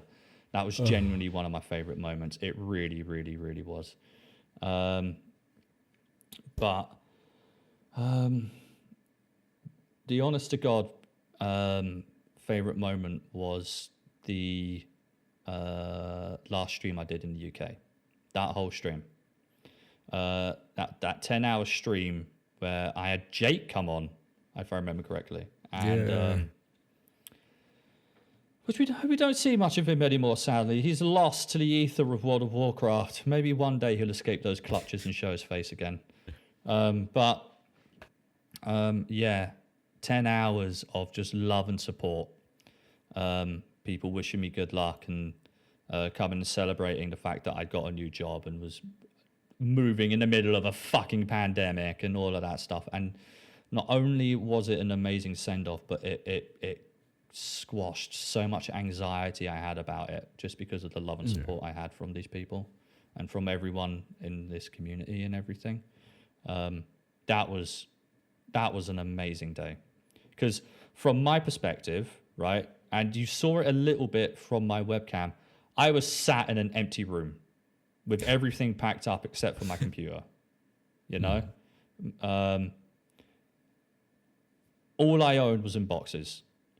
The shelf behind me was bare. The kitchen was bare. Like, it was surreal. And like that was like one of the first moments like where I was getting ready and I couldn't even tell my Amazon controlled lady, who I'm not going to name in case she triggers, because you remember at that point I had a command that was it's stream time, right? And then that would fuck around with the lighting. It would go on. Couldn't even do that properly, if I remember correctly, because half of the lights were either in storage or in the bin or something, right? And see, I can say it because like mine's off. Yeah. And you'd go like, Alexa, it's time to stream. Alexa, fucking bin. Yeah, that sounds about right. Sounds about right.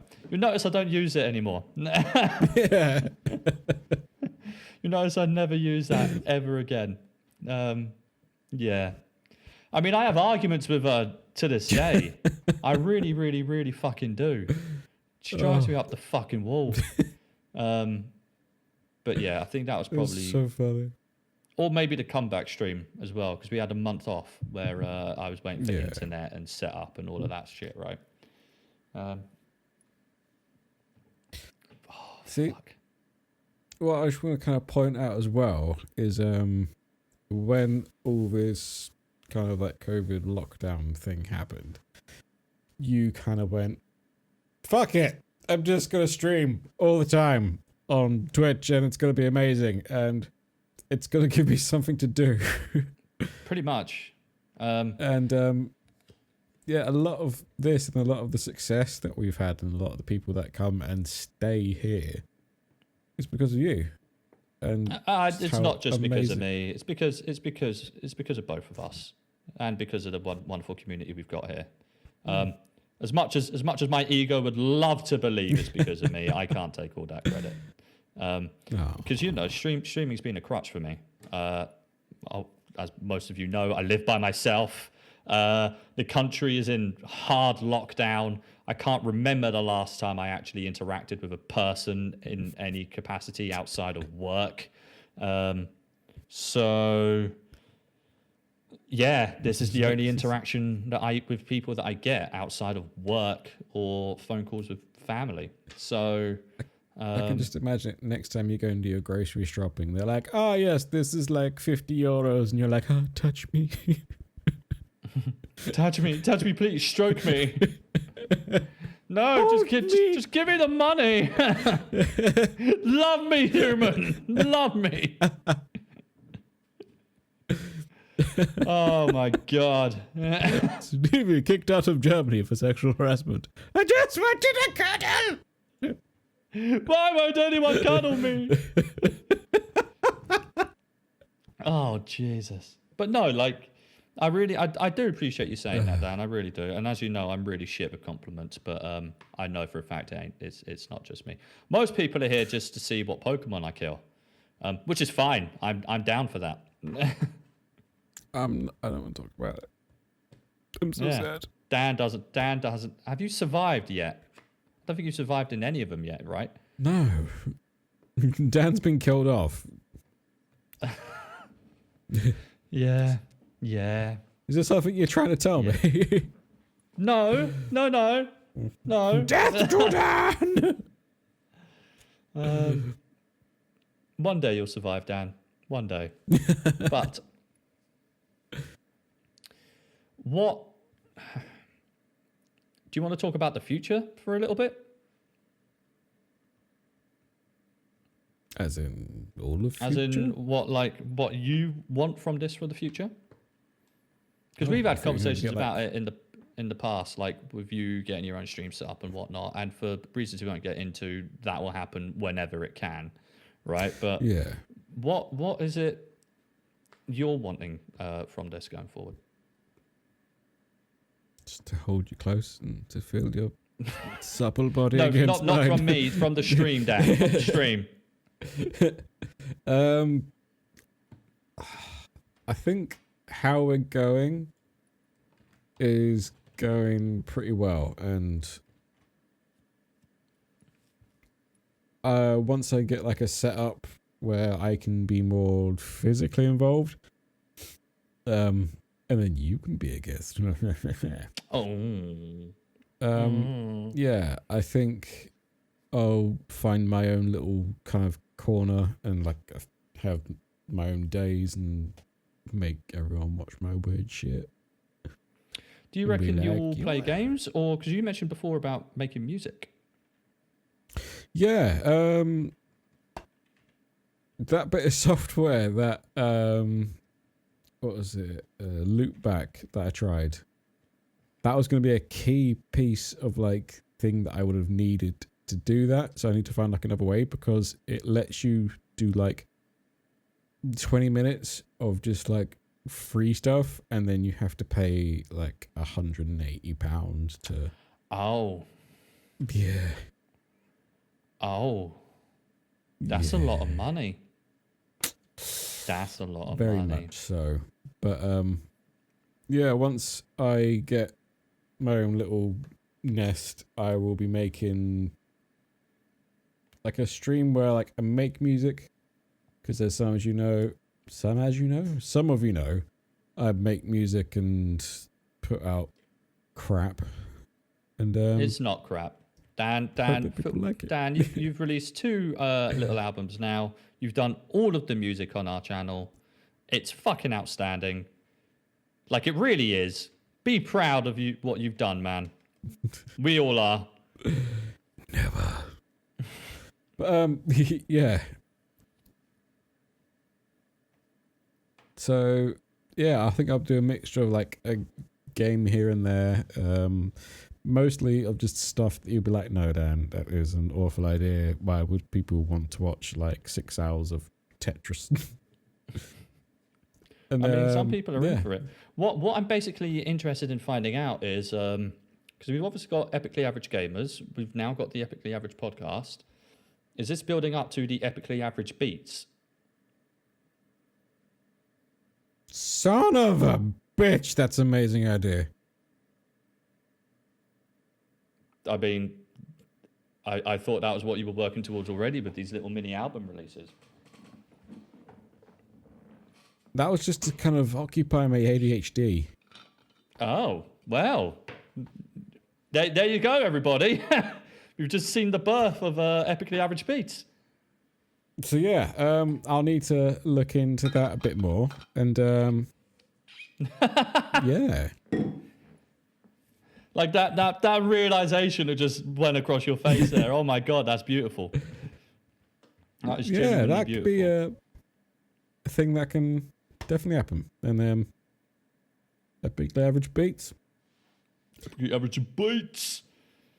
Did you Epic ever? Average Tunes. Oh, that's a good one as well.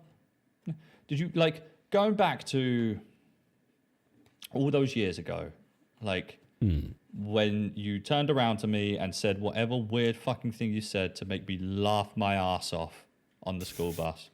Ever have any inclination that we'd be sat here doing podcasts together like this online? If the answer's yes, I'm going to call you a fucking liar, because I remember what my head was filled with when I was 11, and it wasn't podcasts. Podcasts weren't a thing. Oh, we're not that old, are we? I'm like 80. As some of you may not Shit, know, you're I'm actually right. 87. I just moisturize a lot. Podcast came out after YouTube, and YouTube came out midway through us being in school. Yeah. Oh, fuck.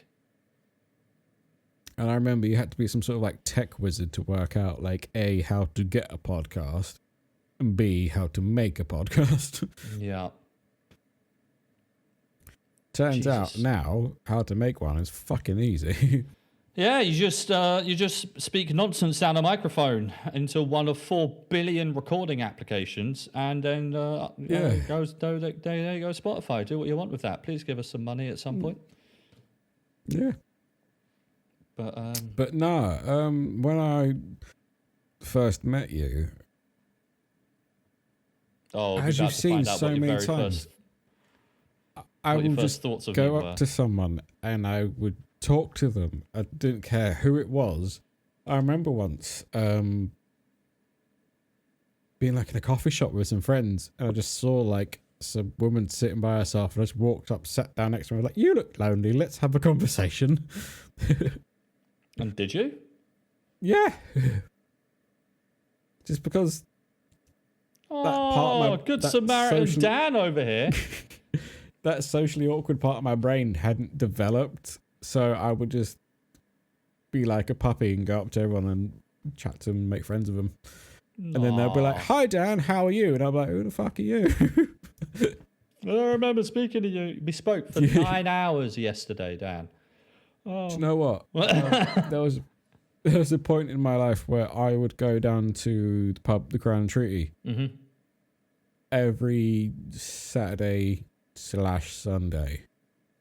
and I would get Sunday? very drunk. Yeah, because I'm rock and roll. They had a Sunday night? Yeah, well, it's a normal pub. They'd like be open like all week, but I'll just go there as well on a Sunday just because some of my friends are like, "Hey, do you want to go for a pint?" And you elected to go to the Crown and Treaty of all places? Yeah. Oh, you fools. Like, the Yeah, only I reason I know. went to the Crown and Treaty was it's the only, like, when the other pubs shut, it's the only place you can go that isn't liquid. Yeah. Why would you it elect wasn't, to like, go great. there on any other day? Anyway, we're not getting Yeah. into that. Carry on. Carry on. But yeah, I would get so drunk while there, I would talk to people, become friends with them, and not remember any of this point, like any point of reference of talking to them because I was so drunk. I met one of these people in the streets when I was sober and I was like waiting to go to like Nando's or something. He was like, "You're right, Dan," and I was like, "Sorry, who are you?" It was like, you've known me for like 2 years. I was like, "I'm sorry, I have no idea who you are." And I was like, "Where do I know you from?" He's like, "Oh, the pub." And I was like, "I'm always wankered. I have no idea who you are." You ruined that man's day. Yeah. You utterly ruined that man's day. Yeah. You mean man. Yeah. Drunk Dan. Drunk Dan's too friendly. Yeah. It's all right. It's all right. Even- Drunk Stevie's a twat, so Even sober Dan's friendly. it's not a But, bad trait to have. Yeah. But like meeting you, like you are literally the oldest, not by age, but the oldest, longest friend I've had. Aww. And it's amazing Dan. and wonderful. And to say that I've known you for all these years, I can't say I've ever had like a big argument with you or I've had a fight with you or anything like that. We've definitely disagreed about stuff, but never to the Yeah. point of I'm not talking to you anymore. Yeah. Like it always ended with a hug and a kiss. Yeah. I think And- the one time you told me off was we had a friend. Do I name her? She was a friend of a friend on the school bus. Her name began with W. Does that answer it for you, Dan? Yeah. Yeah. There was one time where I was kind of being a bit of a twat, and we were always around Dan's girlfriend at the time's house in Chalfont, and I ended up getting with one of her mates there while this W woman was there, and she got really upset to the point where she had to go home. Like she literally went home because she was so upset, and you pulled me aside and told me how much of a dick I was. Which was fair. I mean, we got into an argument over it because I was a bit like, well, one, we were both very drunk. And two, I was like, I'm fucking, I don't know, 16. I can do and get with whoever I want. Who are you to blah, blah, blah. Next day, we didn't give a fuck and everything was done. Yeah. No. And you know, she got her own back before she left. I went to go say I'm sorry. She kicked me in the balls so hard I actually lifted off the ground. And just laid on the floor for about 10 minutes. So, you know, there we go. We're still friends now. I went to her wedding. So there you go, right? Yeah. I think all things got aired that night and life moved on. So, Yeah. good times. That's how things should be. Like, you deal with your shit, move on. Exactly, right? And, you know, as a friend, you call each other out when someone acts like a dickhead or does something that's bullshit. Yeah. You know? So, 'Cause sometimes if someone needs to be called a twat, then you get called a twat. I mean, yeah, quite literally. Yeah. Quite literally. Just seen one of the comments and it's amazing. Okay, we are over the 2-hour mark. Dan, this is the point where I normally shit. turn to you and go, do you have any questions that have yet been unanswered? Yes. It's also where I'm going to turn to the chat and go, if you have any questions for anything relating to me and Dan, anything around our history from the origins of Bastard Gamers, to the reforming into Epically Average Gamers, to the reforming again into Epically Average Gamers streamers and all of that. Now is the time. Now is the time. We will collect them all and answer them all after Dan's wonderful selection of questions, which I'm sure is going to start with his favorite question of all. What's been the most rewarding moment for you in the stream? I was expecting the sandwich question there. No, I've been like, you made it clear that you don't like that question.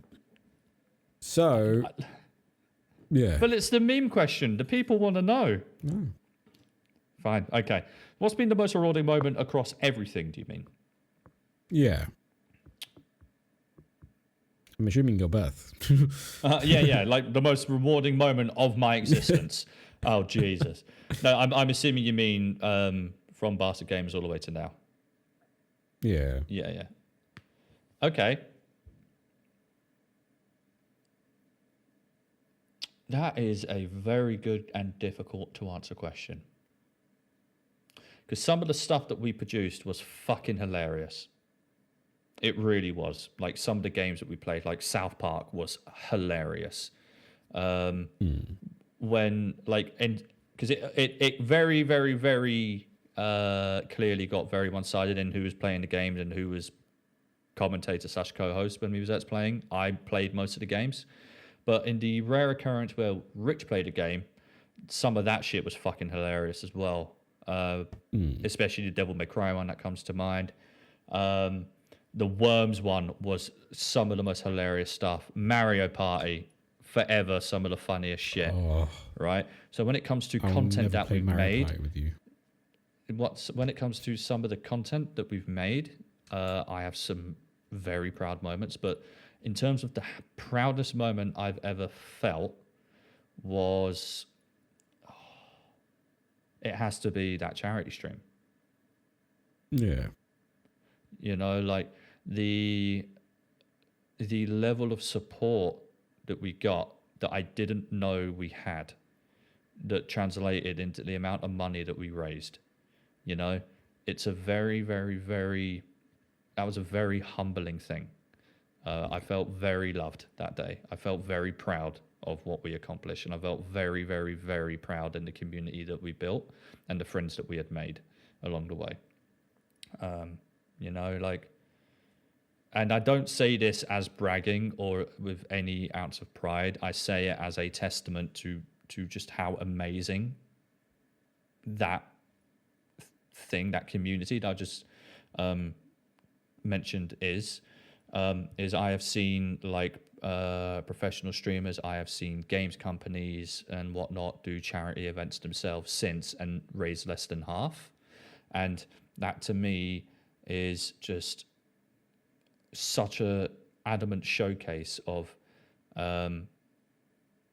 how much the people we have around us care about each other, and not just even just each other, but the world at large. Because, you know, what we was working towards was better mental health awareness, better mental health treatment for people, which is a thing that not many people in the world believe in still to this day. And there's very few people in this world to this day that actually care about anyone else outside of themselves or their sphere of influence. And I'm so proud that our community is made up of people that do care about more than just themselves, care about the state of the world, care about everyone living in it, and care about how the world moves forward together rather than as individual little groups. That was probably my proudest moment.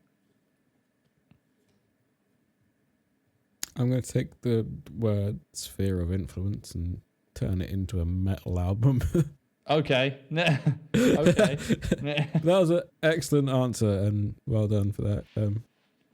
Touched on many different points, and yeah, that was amazing. What about you? I'm flipping that question right back. All of the streams with me. Sick. Everything I do, because it makes it a million more times better. I'm proud of me because I'm fucking amazing. Next. Yes, I am. And I don't mind saying it, but my ego doesn't fit through the door anymore. That's why I can't leave the house. Lockdown be damned. And my head's too big. So, But yeah. questions, what I can see is... You never answered the question. Or was that actually your answer? You okay? Getting questions. Ah. Well, you never answered your question unless your actual answer is you. Yeah, I'm always proud of me. I mean, okay. All right. Next. No, again, the charity stream, I definitely think it's because like we expected it to just be shit to a degree. We expected like so little, and we got so much from so many like kind and generous people that there was still not enough thanks that we could have ever given. I don't think there ever will be able as to well, give. right? But Like- yeah, it's amazing. It was a very, very, very special day, that one. And not just because I was in Lederhosen. I remember you were like, these lederhosen are riding right up my ass crack. Didn't need to know what Lederhosen felt like all the way up my ass, but I know now. I can taste it. I know now. So, Okay, Dan, You hit ready us for with some some- questions. quick fire questions. Quick fire questions. What's your favourite sandwich? Okay, so I've got two answers for this. If I'm at home, because when you make a sandwich at home, unless you're American, you don't really put that much effort into it, right? You kind of just get filling bread, if you can be bothered, butter, slap it together in some order and munch. At least I do. So my favorite sandwich in that combination is, and we've spoken about it many a time, peanut butter, Nutella, not Marmite, banana. How the fuck did I confuse banana and Marmite? Be disgusting.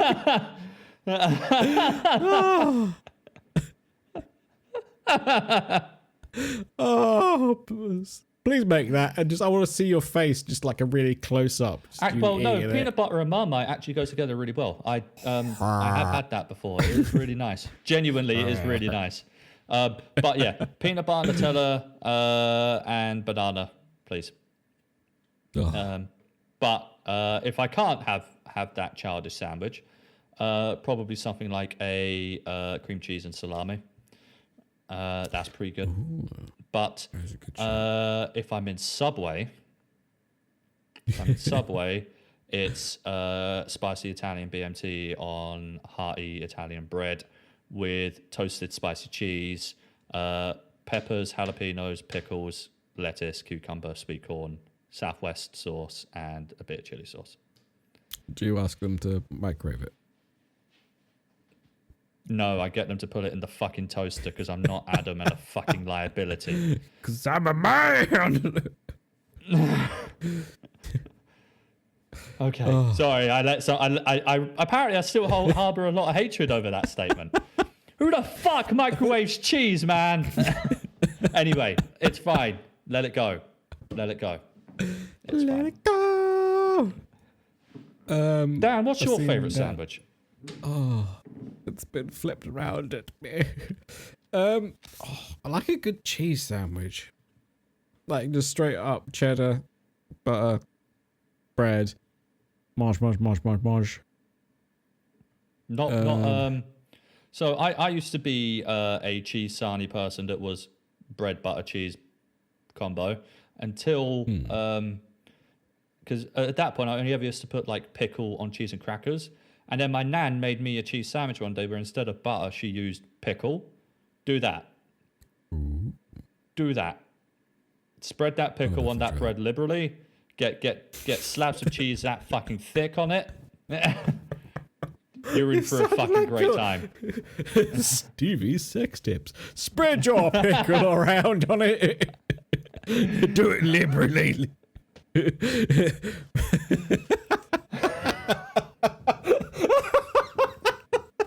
Shut up, Dan. Make Shut sure up, she's Dad. watching you. Look at her in her eyes. Okay, next question. Okay. Okay, so one of our lovely people in the chat wanting to know, when is our next Sea of Thieves stream going to happen? This is an interesting point, actually, because the real reason that, at least from me anyway, that I've not pushed a Sea of Thieves stream in a while is because it translated to no viewers. And the viewers that we did get didn't stay for very long, looking at the analytics. So what I took from that was people weren't really enjoying them. So we stopped doing them. Now, if that is wrong, tell me. If you want to see more Sea of Thieves, we can do more Sea of Thieves. I love that game. It's a fucking great game. I just didn't want to keep making content that would actively make people not want to watch. Yeah, that's fair. You know, that was literally it. I remember we used to get Rich on that, and it was definitely not a game that he would enjoy. I think that's fair. Like, the problem with Sea of Thieves is it has a learning curve, and Yeah. everything up until the point of that learning curve being met is just absolute fucking chaos. The other problem that we had that would probably help in our Sea of Thieves adventures going forward, and it's a thing that you mentioned before, is we never stuck to our plan. We never set out, we never did like a call to action, set out with a goal plan in mind. It'd be like, or if we did, it'd be like, we're going to do some Tall Tales. Oh, look, we found a quest. Let's do the quest. Oh, look, there's a Kraken. Oh, look, there's a Skull Fort. Oh, look, players. Oh, we're dead. We lost everything. Well, that was 3 hours wasted. We did no Tall Tales. And it's like, okay. Shit. So if we were to do it again, it'd probably be like, ignore everything unless it becomes something we can't ignore. Stick to the game plan. If it's Skull Forts, we will change Skull Forts. If it's player killing, we'll do some player killing. But if it's Tall Tales, let's at least complete a Tall Tale before we do something else. And when I say complete, I mean like every fucking step of it and mark it off in the book, rather than, oh yeah, we found one objective. Oh, that wasn't a checkpoint. Now we need to start again. So yeah, that's my answer to the Sea of Thieves question. Asking for a friend, how would you like to merge Epically Average Gamers with Tied In? Oh, as in fully merge. I don't know. This was the question that was handed to me. Are we allowed to know who asked the question? In fact, can we get more information on that question? Because do you mean like have more group ups together like we did for Friday the 13th, or do you mean fully merged together into one group? Because that just ain't a me decision in any way, shape, or form. Looking at our chat, it says Luke asked, and it caused a fight. Oh, oh, fuck. So yeah, like having more like team ups, group group games together and whatnot. I am 120% up for. Like, absolutely, abso-fucking-lutely. That was an amazing time. In fact, a thing I've been umming and ahhing in my head recently over our community night is, instead of, because we all like sitting and doing some marbles. In fact, I was going to do some marbles at the end of this podcast, right? And we can do some more of our tier list and whatnot. I want to start doing community nights where we boot up a game and the community comes in and plays with us. So things like Mordhau, things like Left 4 Dead, Halo, Gears, Minecraft, Terraria, all of those stuff. Like multiplayer games. Maybe even do it to the point where it's streamer versus streamer and community versus community. So I've had this idea in my head for a while, where it's a chivalry map or a Mordhau map. And for people who don't know what that is, it's a medieval team-based fighting game where you quite literally swing swords and hammers at each other, and it's fucking chaos, and it is hilarious. But it's basically you have one streamer and their community on Team Red, and another streamer and their community on Team B, and you just fucking go at it for a couple of hours and see who wins. You know, another one is we boot up Halo and have a crack on a Halo map together. Someone in the chat just mentioned Rocket League. We can do Rocket League like that as well, you know? There's so many games that we could do. I want to get the community involved more. Like create a command that is like, I don't know, exclamation mark play, and that puts them into a queue, and then we finish a round, and then all those people come out, and then the next people in the queue come in, and things like that. Yeah. Right? I'd be so up for doing that with more streamers. So I hope that answers the question. If it's a full-blown EAG and tied-in merge, we have a lot to figure out on that before I can give any kind of answer on yes or no. Don't get me wrong. I absolutely love the people involved in tied-in to absolute pieces. Shout out to AK. Shout out to Luke.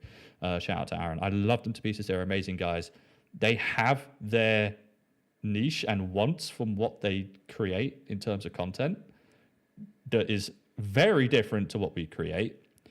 I don't know how we pair that together in a way that creates something that we all want. Maybe there is a way, but we need to have a conversation to work out what that is before I could be like, yes, that's a good idea, or no, that's a bad idea. I literally cannot make a decision on that right now. So. Yeah, and no one's asking you to do. So right. There you go. Next question. That is a very good question. Oh. One that Are you ready for some like deep question now? Okay. Always. Do you think your relationship with each other would be the same without Bastard Gamers / Epically Average Gamers?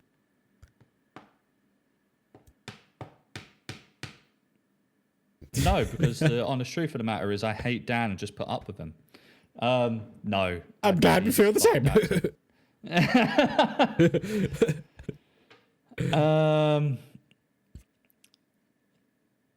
Like the answer I want to give is no, not at all. I reckon our friendship, as in like, would our friendship change if this wasn't a thing? And the answer would be no, not at all. I would want our friendship to remain the same until the end of time. But realistically, would we talk as much? If it didn't happen, we wouldn't have got back into each other's lives in such a way, I think. I think it would have still been right. Like, oh, hey, there's Stevie. Hi, Stevie. And now I'll move on. Like, we'd still be really good friends. Because just because definitely. of the history we've had and whatnot.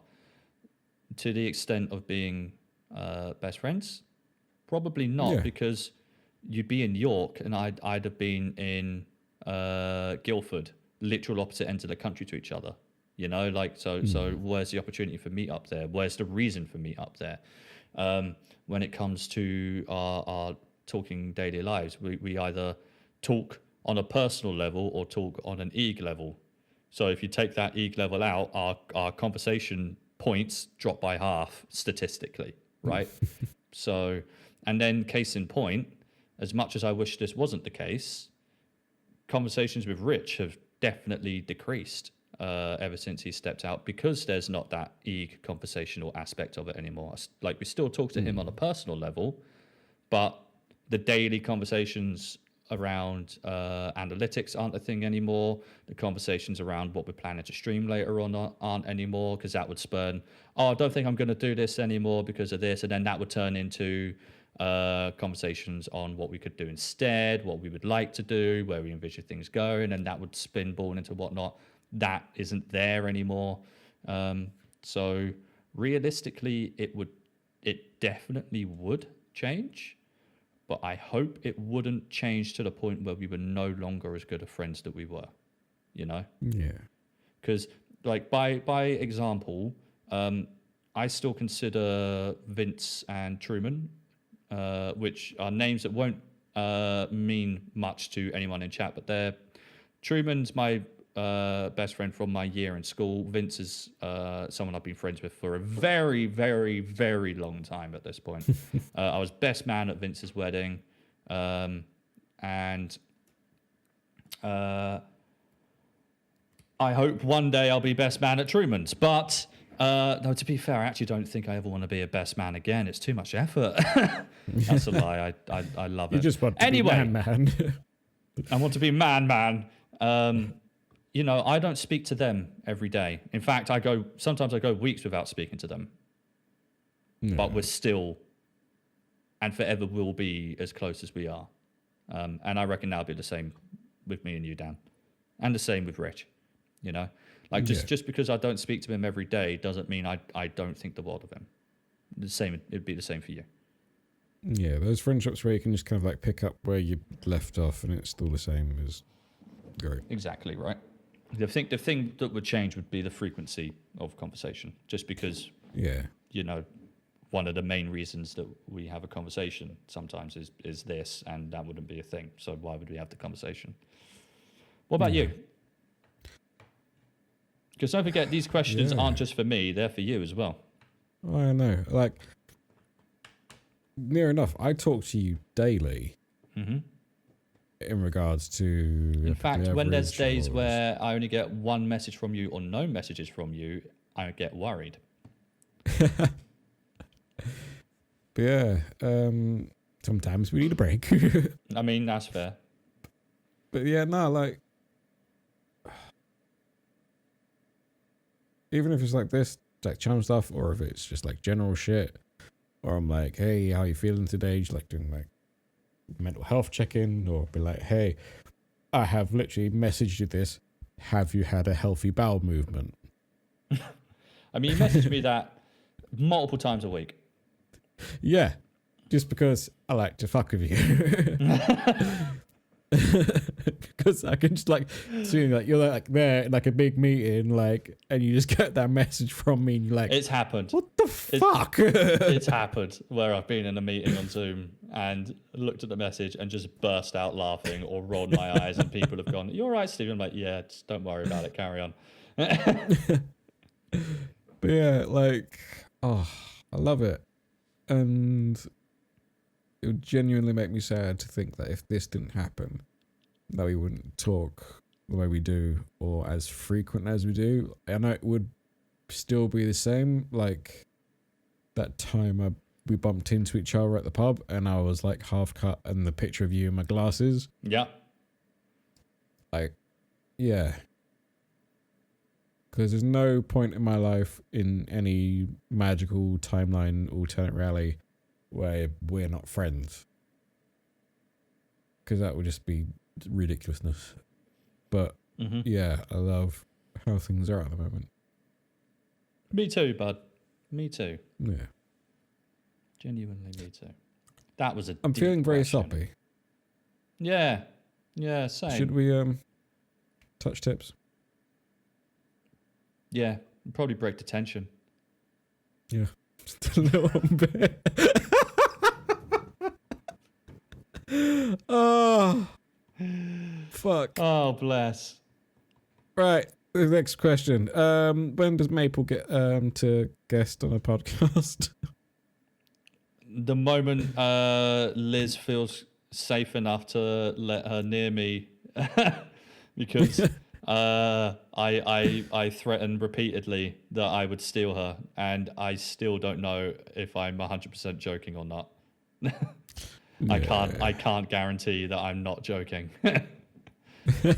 I can't guarantee that I am joking in that statement, because Liz is fucking incredible to Maple, and Maple is fucking incredible as a cat, and I don't want to separate that, but also I really want Maple. She's an amazing cat and absolutely gorgeous. and sassy as fuck. So, and that's my favorite thing in cats. Being cute, knowing that they're cute, and being a sassy little bitch is why I love my old cat so much. It's probably why you like me. You'll notice it's a common trait that I like in women as well, which is kind of worrying, really. Sassy, cute, bitch. Yeah. But right, I would honestly love to question. have Maple on the stream. From one of my favorite streamers in the whole world. Is there anything that you would like to try content-wise by the end of the year? So much, I don't even know where to fucking begin. So, here's the shit, right? The shit. That is floating around my head 24/7 at the moment. Need to do a D&D stream. Can that turn into something? How do I manifest that community concept that I was talking about before? How do I manifest that streamer versus streamer, community versus community thing as before? How can we? I've always wanted to do board games. How can we implement that? VR. I've now opened the doors to VR. How do we turn that into more of a thing? The whole theme stuff that I've spoken about, like we're keeping that going on the Thursday. How do we evolve that into a thing that remains entertaining but also not going too far and whatnot? I know, man. There's new shit enters my head every goddamn day. There's the tier lists that have now popped up.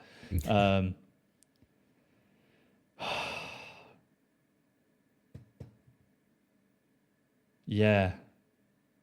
And then, like you've got wants as well that we need to figure out. So the music side of stuff. Have wants and needs because I'm a passionate lady. You are a passionate lady. You are a passionate lady. Yeah, there's. I don't know if I should say the idea in case it comes to fruition and might spoil the surprise. Then don't. Yeah, I won't say. Yeah, I won't say don't. it. I won't. Right. What is your go-to karaoke song? See, my default answer is I don't do karaoke, but Drunk Stevie will quite happily do karaoke. I mean, when I say Drunk Stevie, I mean absolutely fucking wasted Stevie will actually do karaoke. Before I answer this question, that there's a little story I need to tell about Drunk Stevie karaoke before people get in their mind that you want to take me to karaoke somewhere.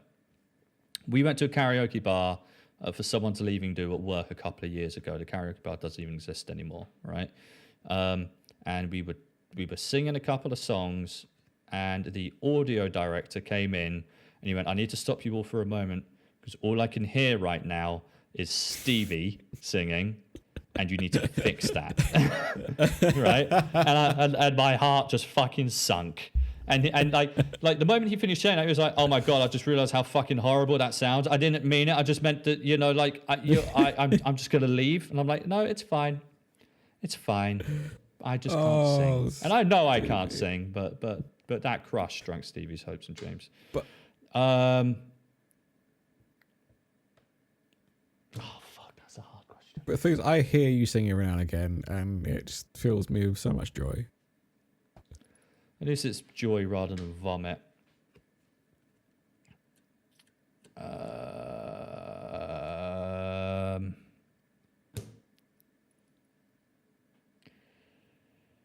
Oh fuck. Okay. I never thought this would be such a hard question for you. It's because I've got so many songs. It's like Bon Jovi, several fucking songs. Living on a Prayer, It's My Life, Bed of Roses. Then you've got, like, for some reason, I discovered recently that I know a lot of lyrics to Good Charlotte songs. I don't like them, yet I'll happily sing them. Does that make sense? It's really weird. It's really fucking weird. I get that. Yeah. Then there's a whole load of rock/metal songs that I shouldn't sing because I don't have the voice for it, but we'll go ahead and do. But then I know all the lyrics of songs like "Fly on the Wings of Love" and "Cascader" and like Linkin Park. I can do basically every single fucking lyric to "In the End." So I don't know. And then there's Disney songs. I can do fucking Hercules. All right. Herc's on a roll. And all of that shit. So, I can't give you an answer to that question. It's too much. It depends on the mood, depends on the location. And don't even get me started on ABBA and Fleetwood Mac. Jesus fuck, don't even get me started. Yeah. All right. What about you, I'm Dan? going to actually answer the question. I'm going to say I Will Survive by Gloria Gaynor. Oh, I've got my answer. Go on then. I Need a Hero. Oh, yeah. You've sung that so many times during streams as well. Yep. Yep. You should be I need a sitting there. and hero. just Holding me out to a hero for the end of the night. oh, it's magical. Oh, I mean, I could So keep many going. I'm not happies. going to because that's enough. But yeah, there you go. I need a hero. oh, wonderful. Right, let's keep looking. I think I saw some more questions. I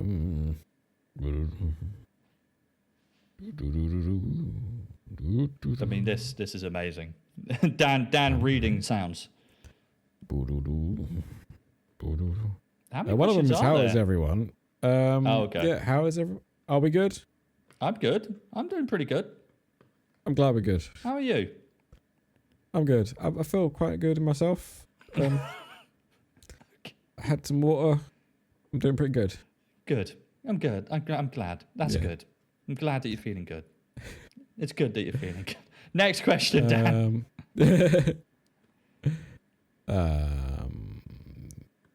One of them says, do you mean can't lie on the ground holding a drink? Holding a drunk? I do have you no mean idea can't- what that means. Read the question Yeah. after that.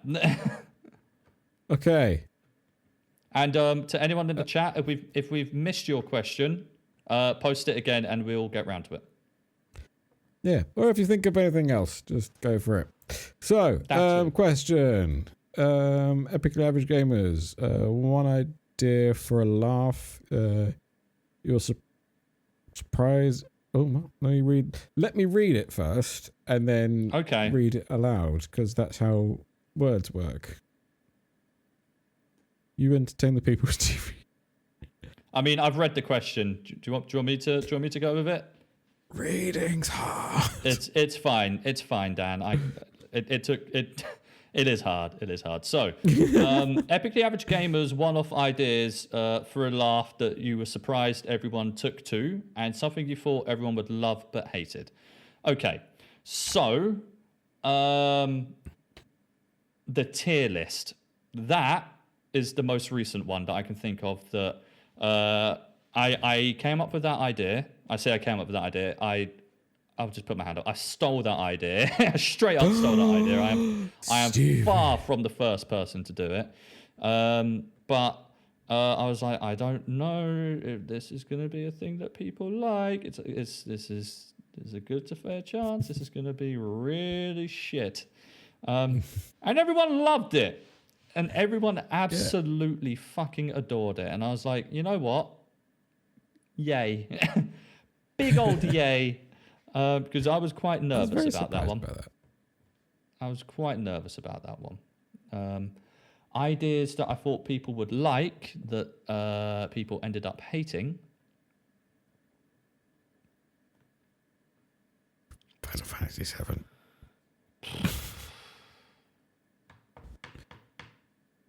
That is quite a difficult one, actually. Well, one thing I'll say that I think people liked, well, wasn't sure if people would like, is I'd never heard of Jackbox. And when you played it on the New Year's stream, and then everyone just got filthy on that rap game. Oh my god, that all just became descended like into fucking dick chaos. jokes. That just descended into fucking chaos. Oh. In the best kind of way. In the best It was kind amazing. of way. Made me so happy inside. I think for me, the thing that I thought people would like that they didn't, that I took away from thinking that people didn't like, was probably Sea of Thieves. I thought us running around being stupid pirates would be a good thing. And for the first one, it was, because we had no fucking idea what we were doing. Yeah. But basically, what we got into was we knew how to play a game, we just didn't know how to play it well. So we just kept not accomplishing anything. And yeah, people ended up not liking that. I think you need a level of either not knowing what the fuck you're doing, or you need to be able to do it well. Mm-hmm. Absolutely. Absolutely. Yeah. What about you?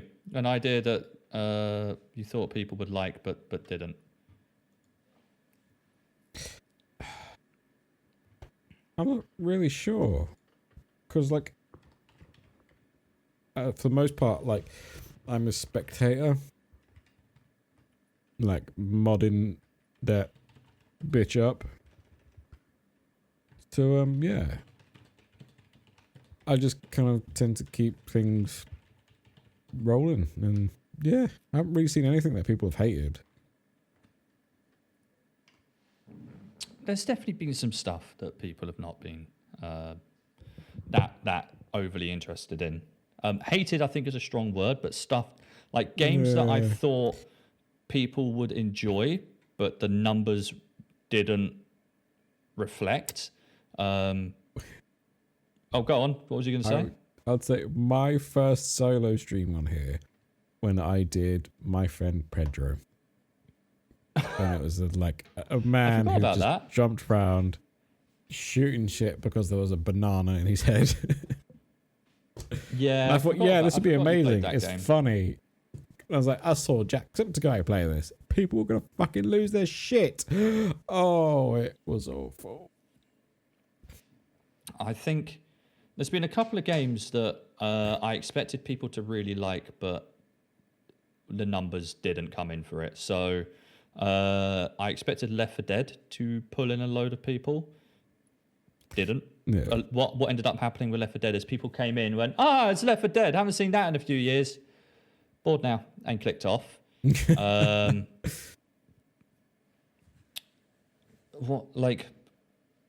People have mentioned like Final Fantasy 7. I didn't expect, like Final Fantasy 7 didn't surprise me because Final Fantasy 7's kind of like, it's got a cult following.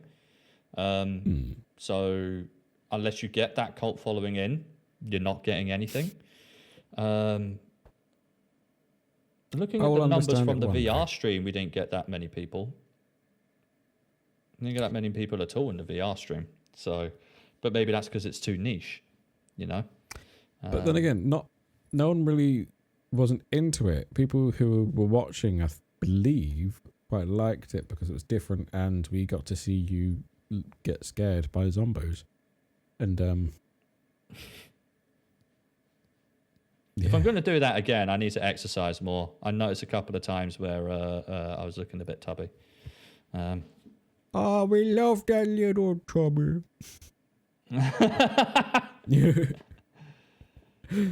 Oh dear. So, yeah, there's a couple of games like that. World of Warcraft.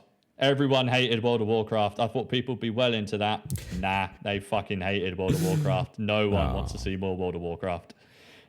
So we will never play more World of Warcraft. Though people got oddly into Star Wars. Quite a few people got into that. Star Wars. Because that is just like, that is World of Warcraft, but Star Wars.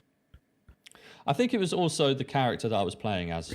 I thought it would be funny, and it was just a dick. It was just a dig. Benedict Cumbersnulls.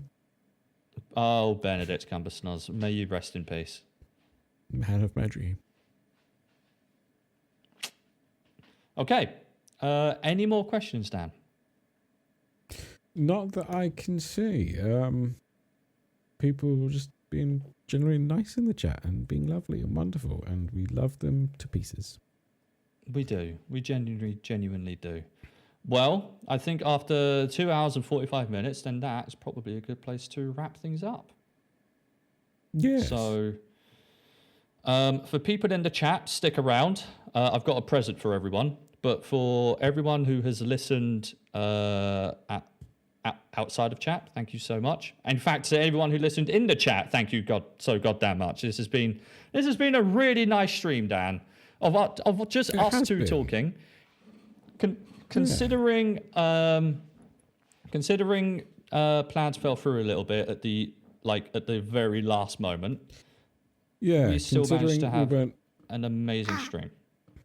Yes, and I am truly honoured to be honoured. I'm funny. You are.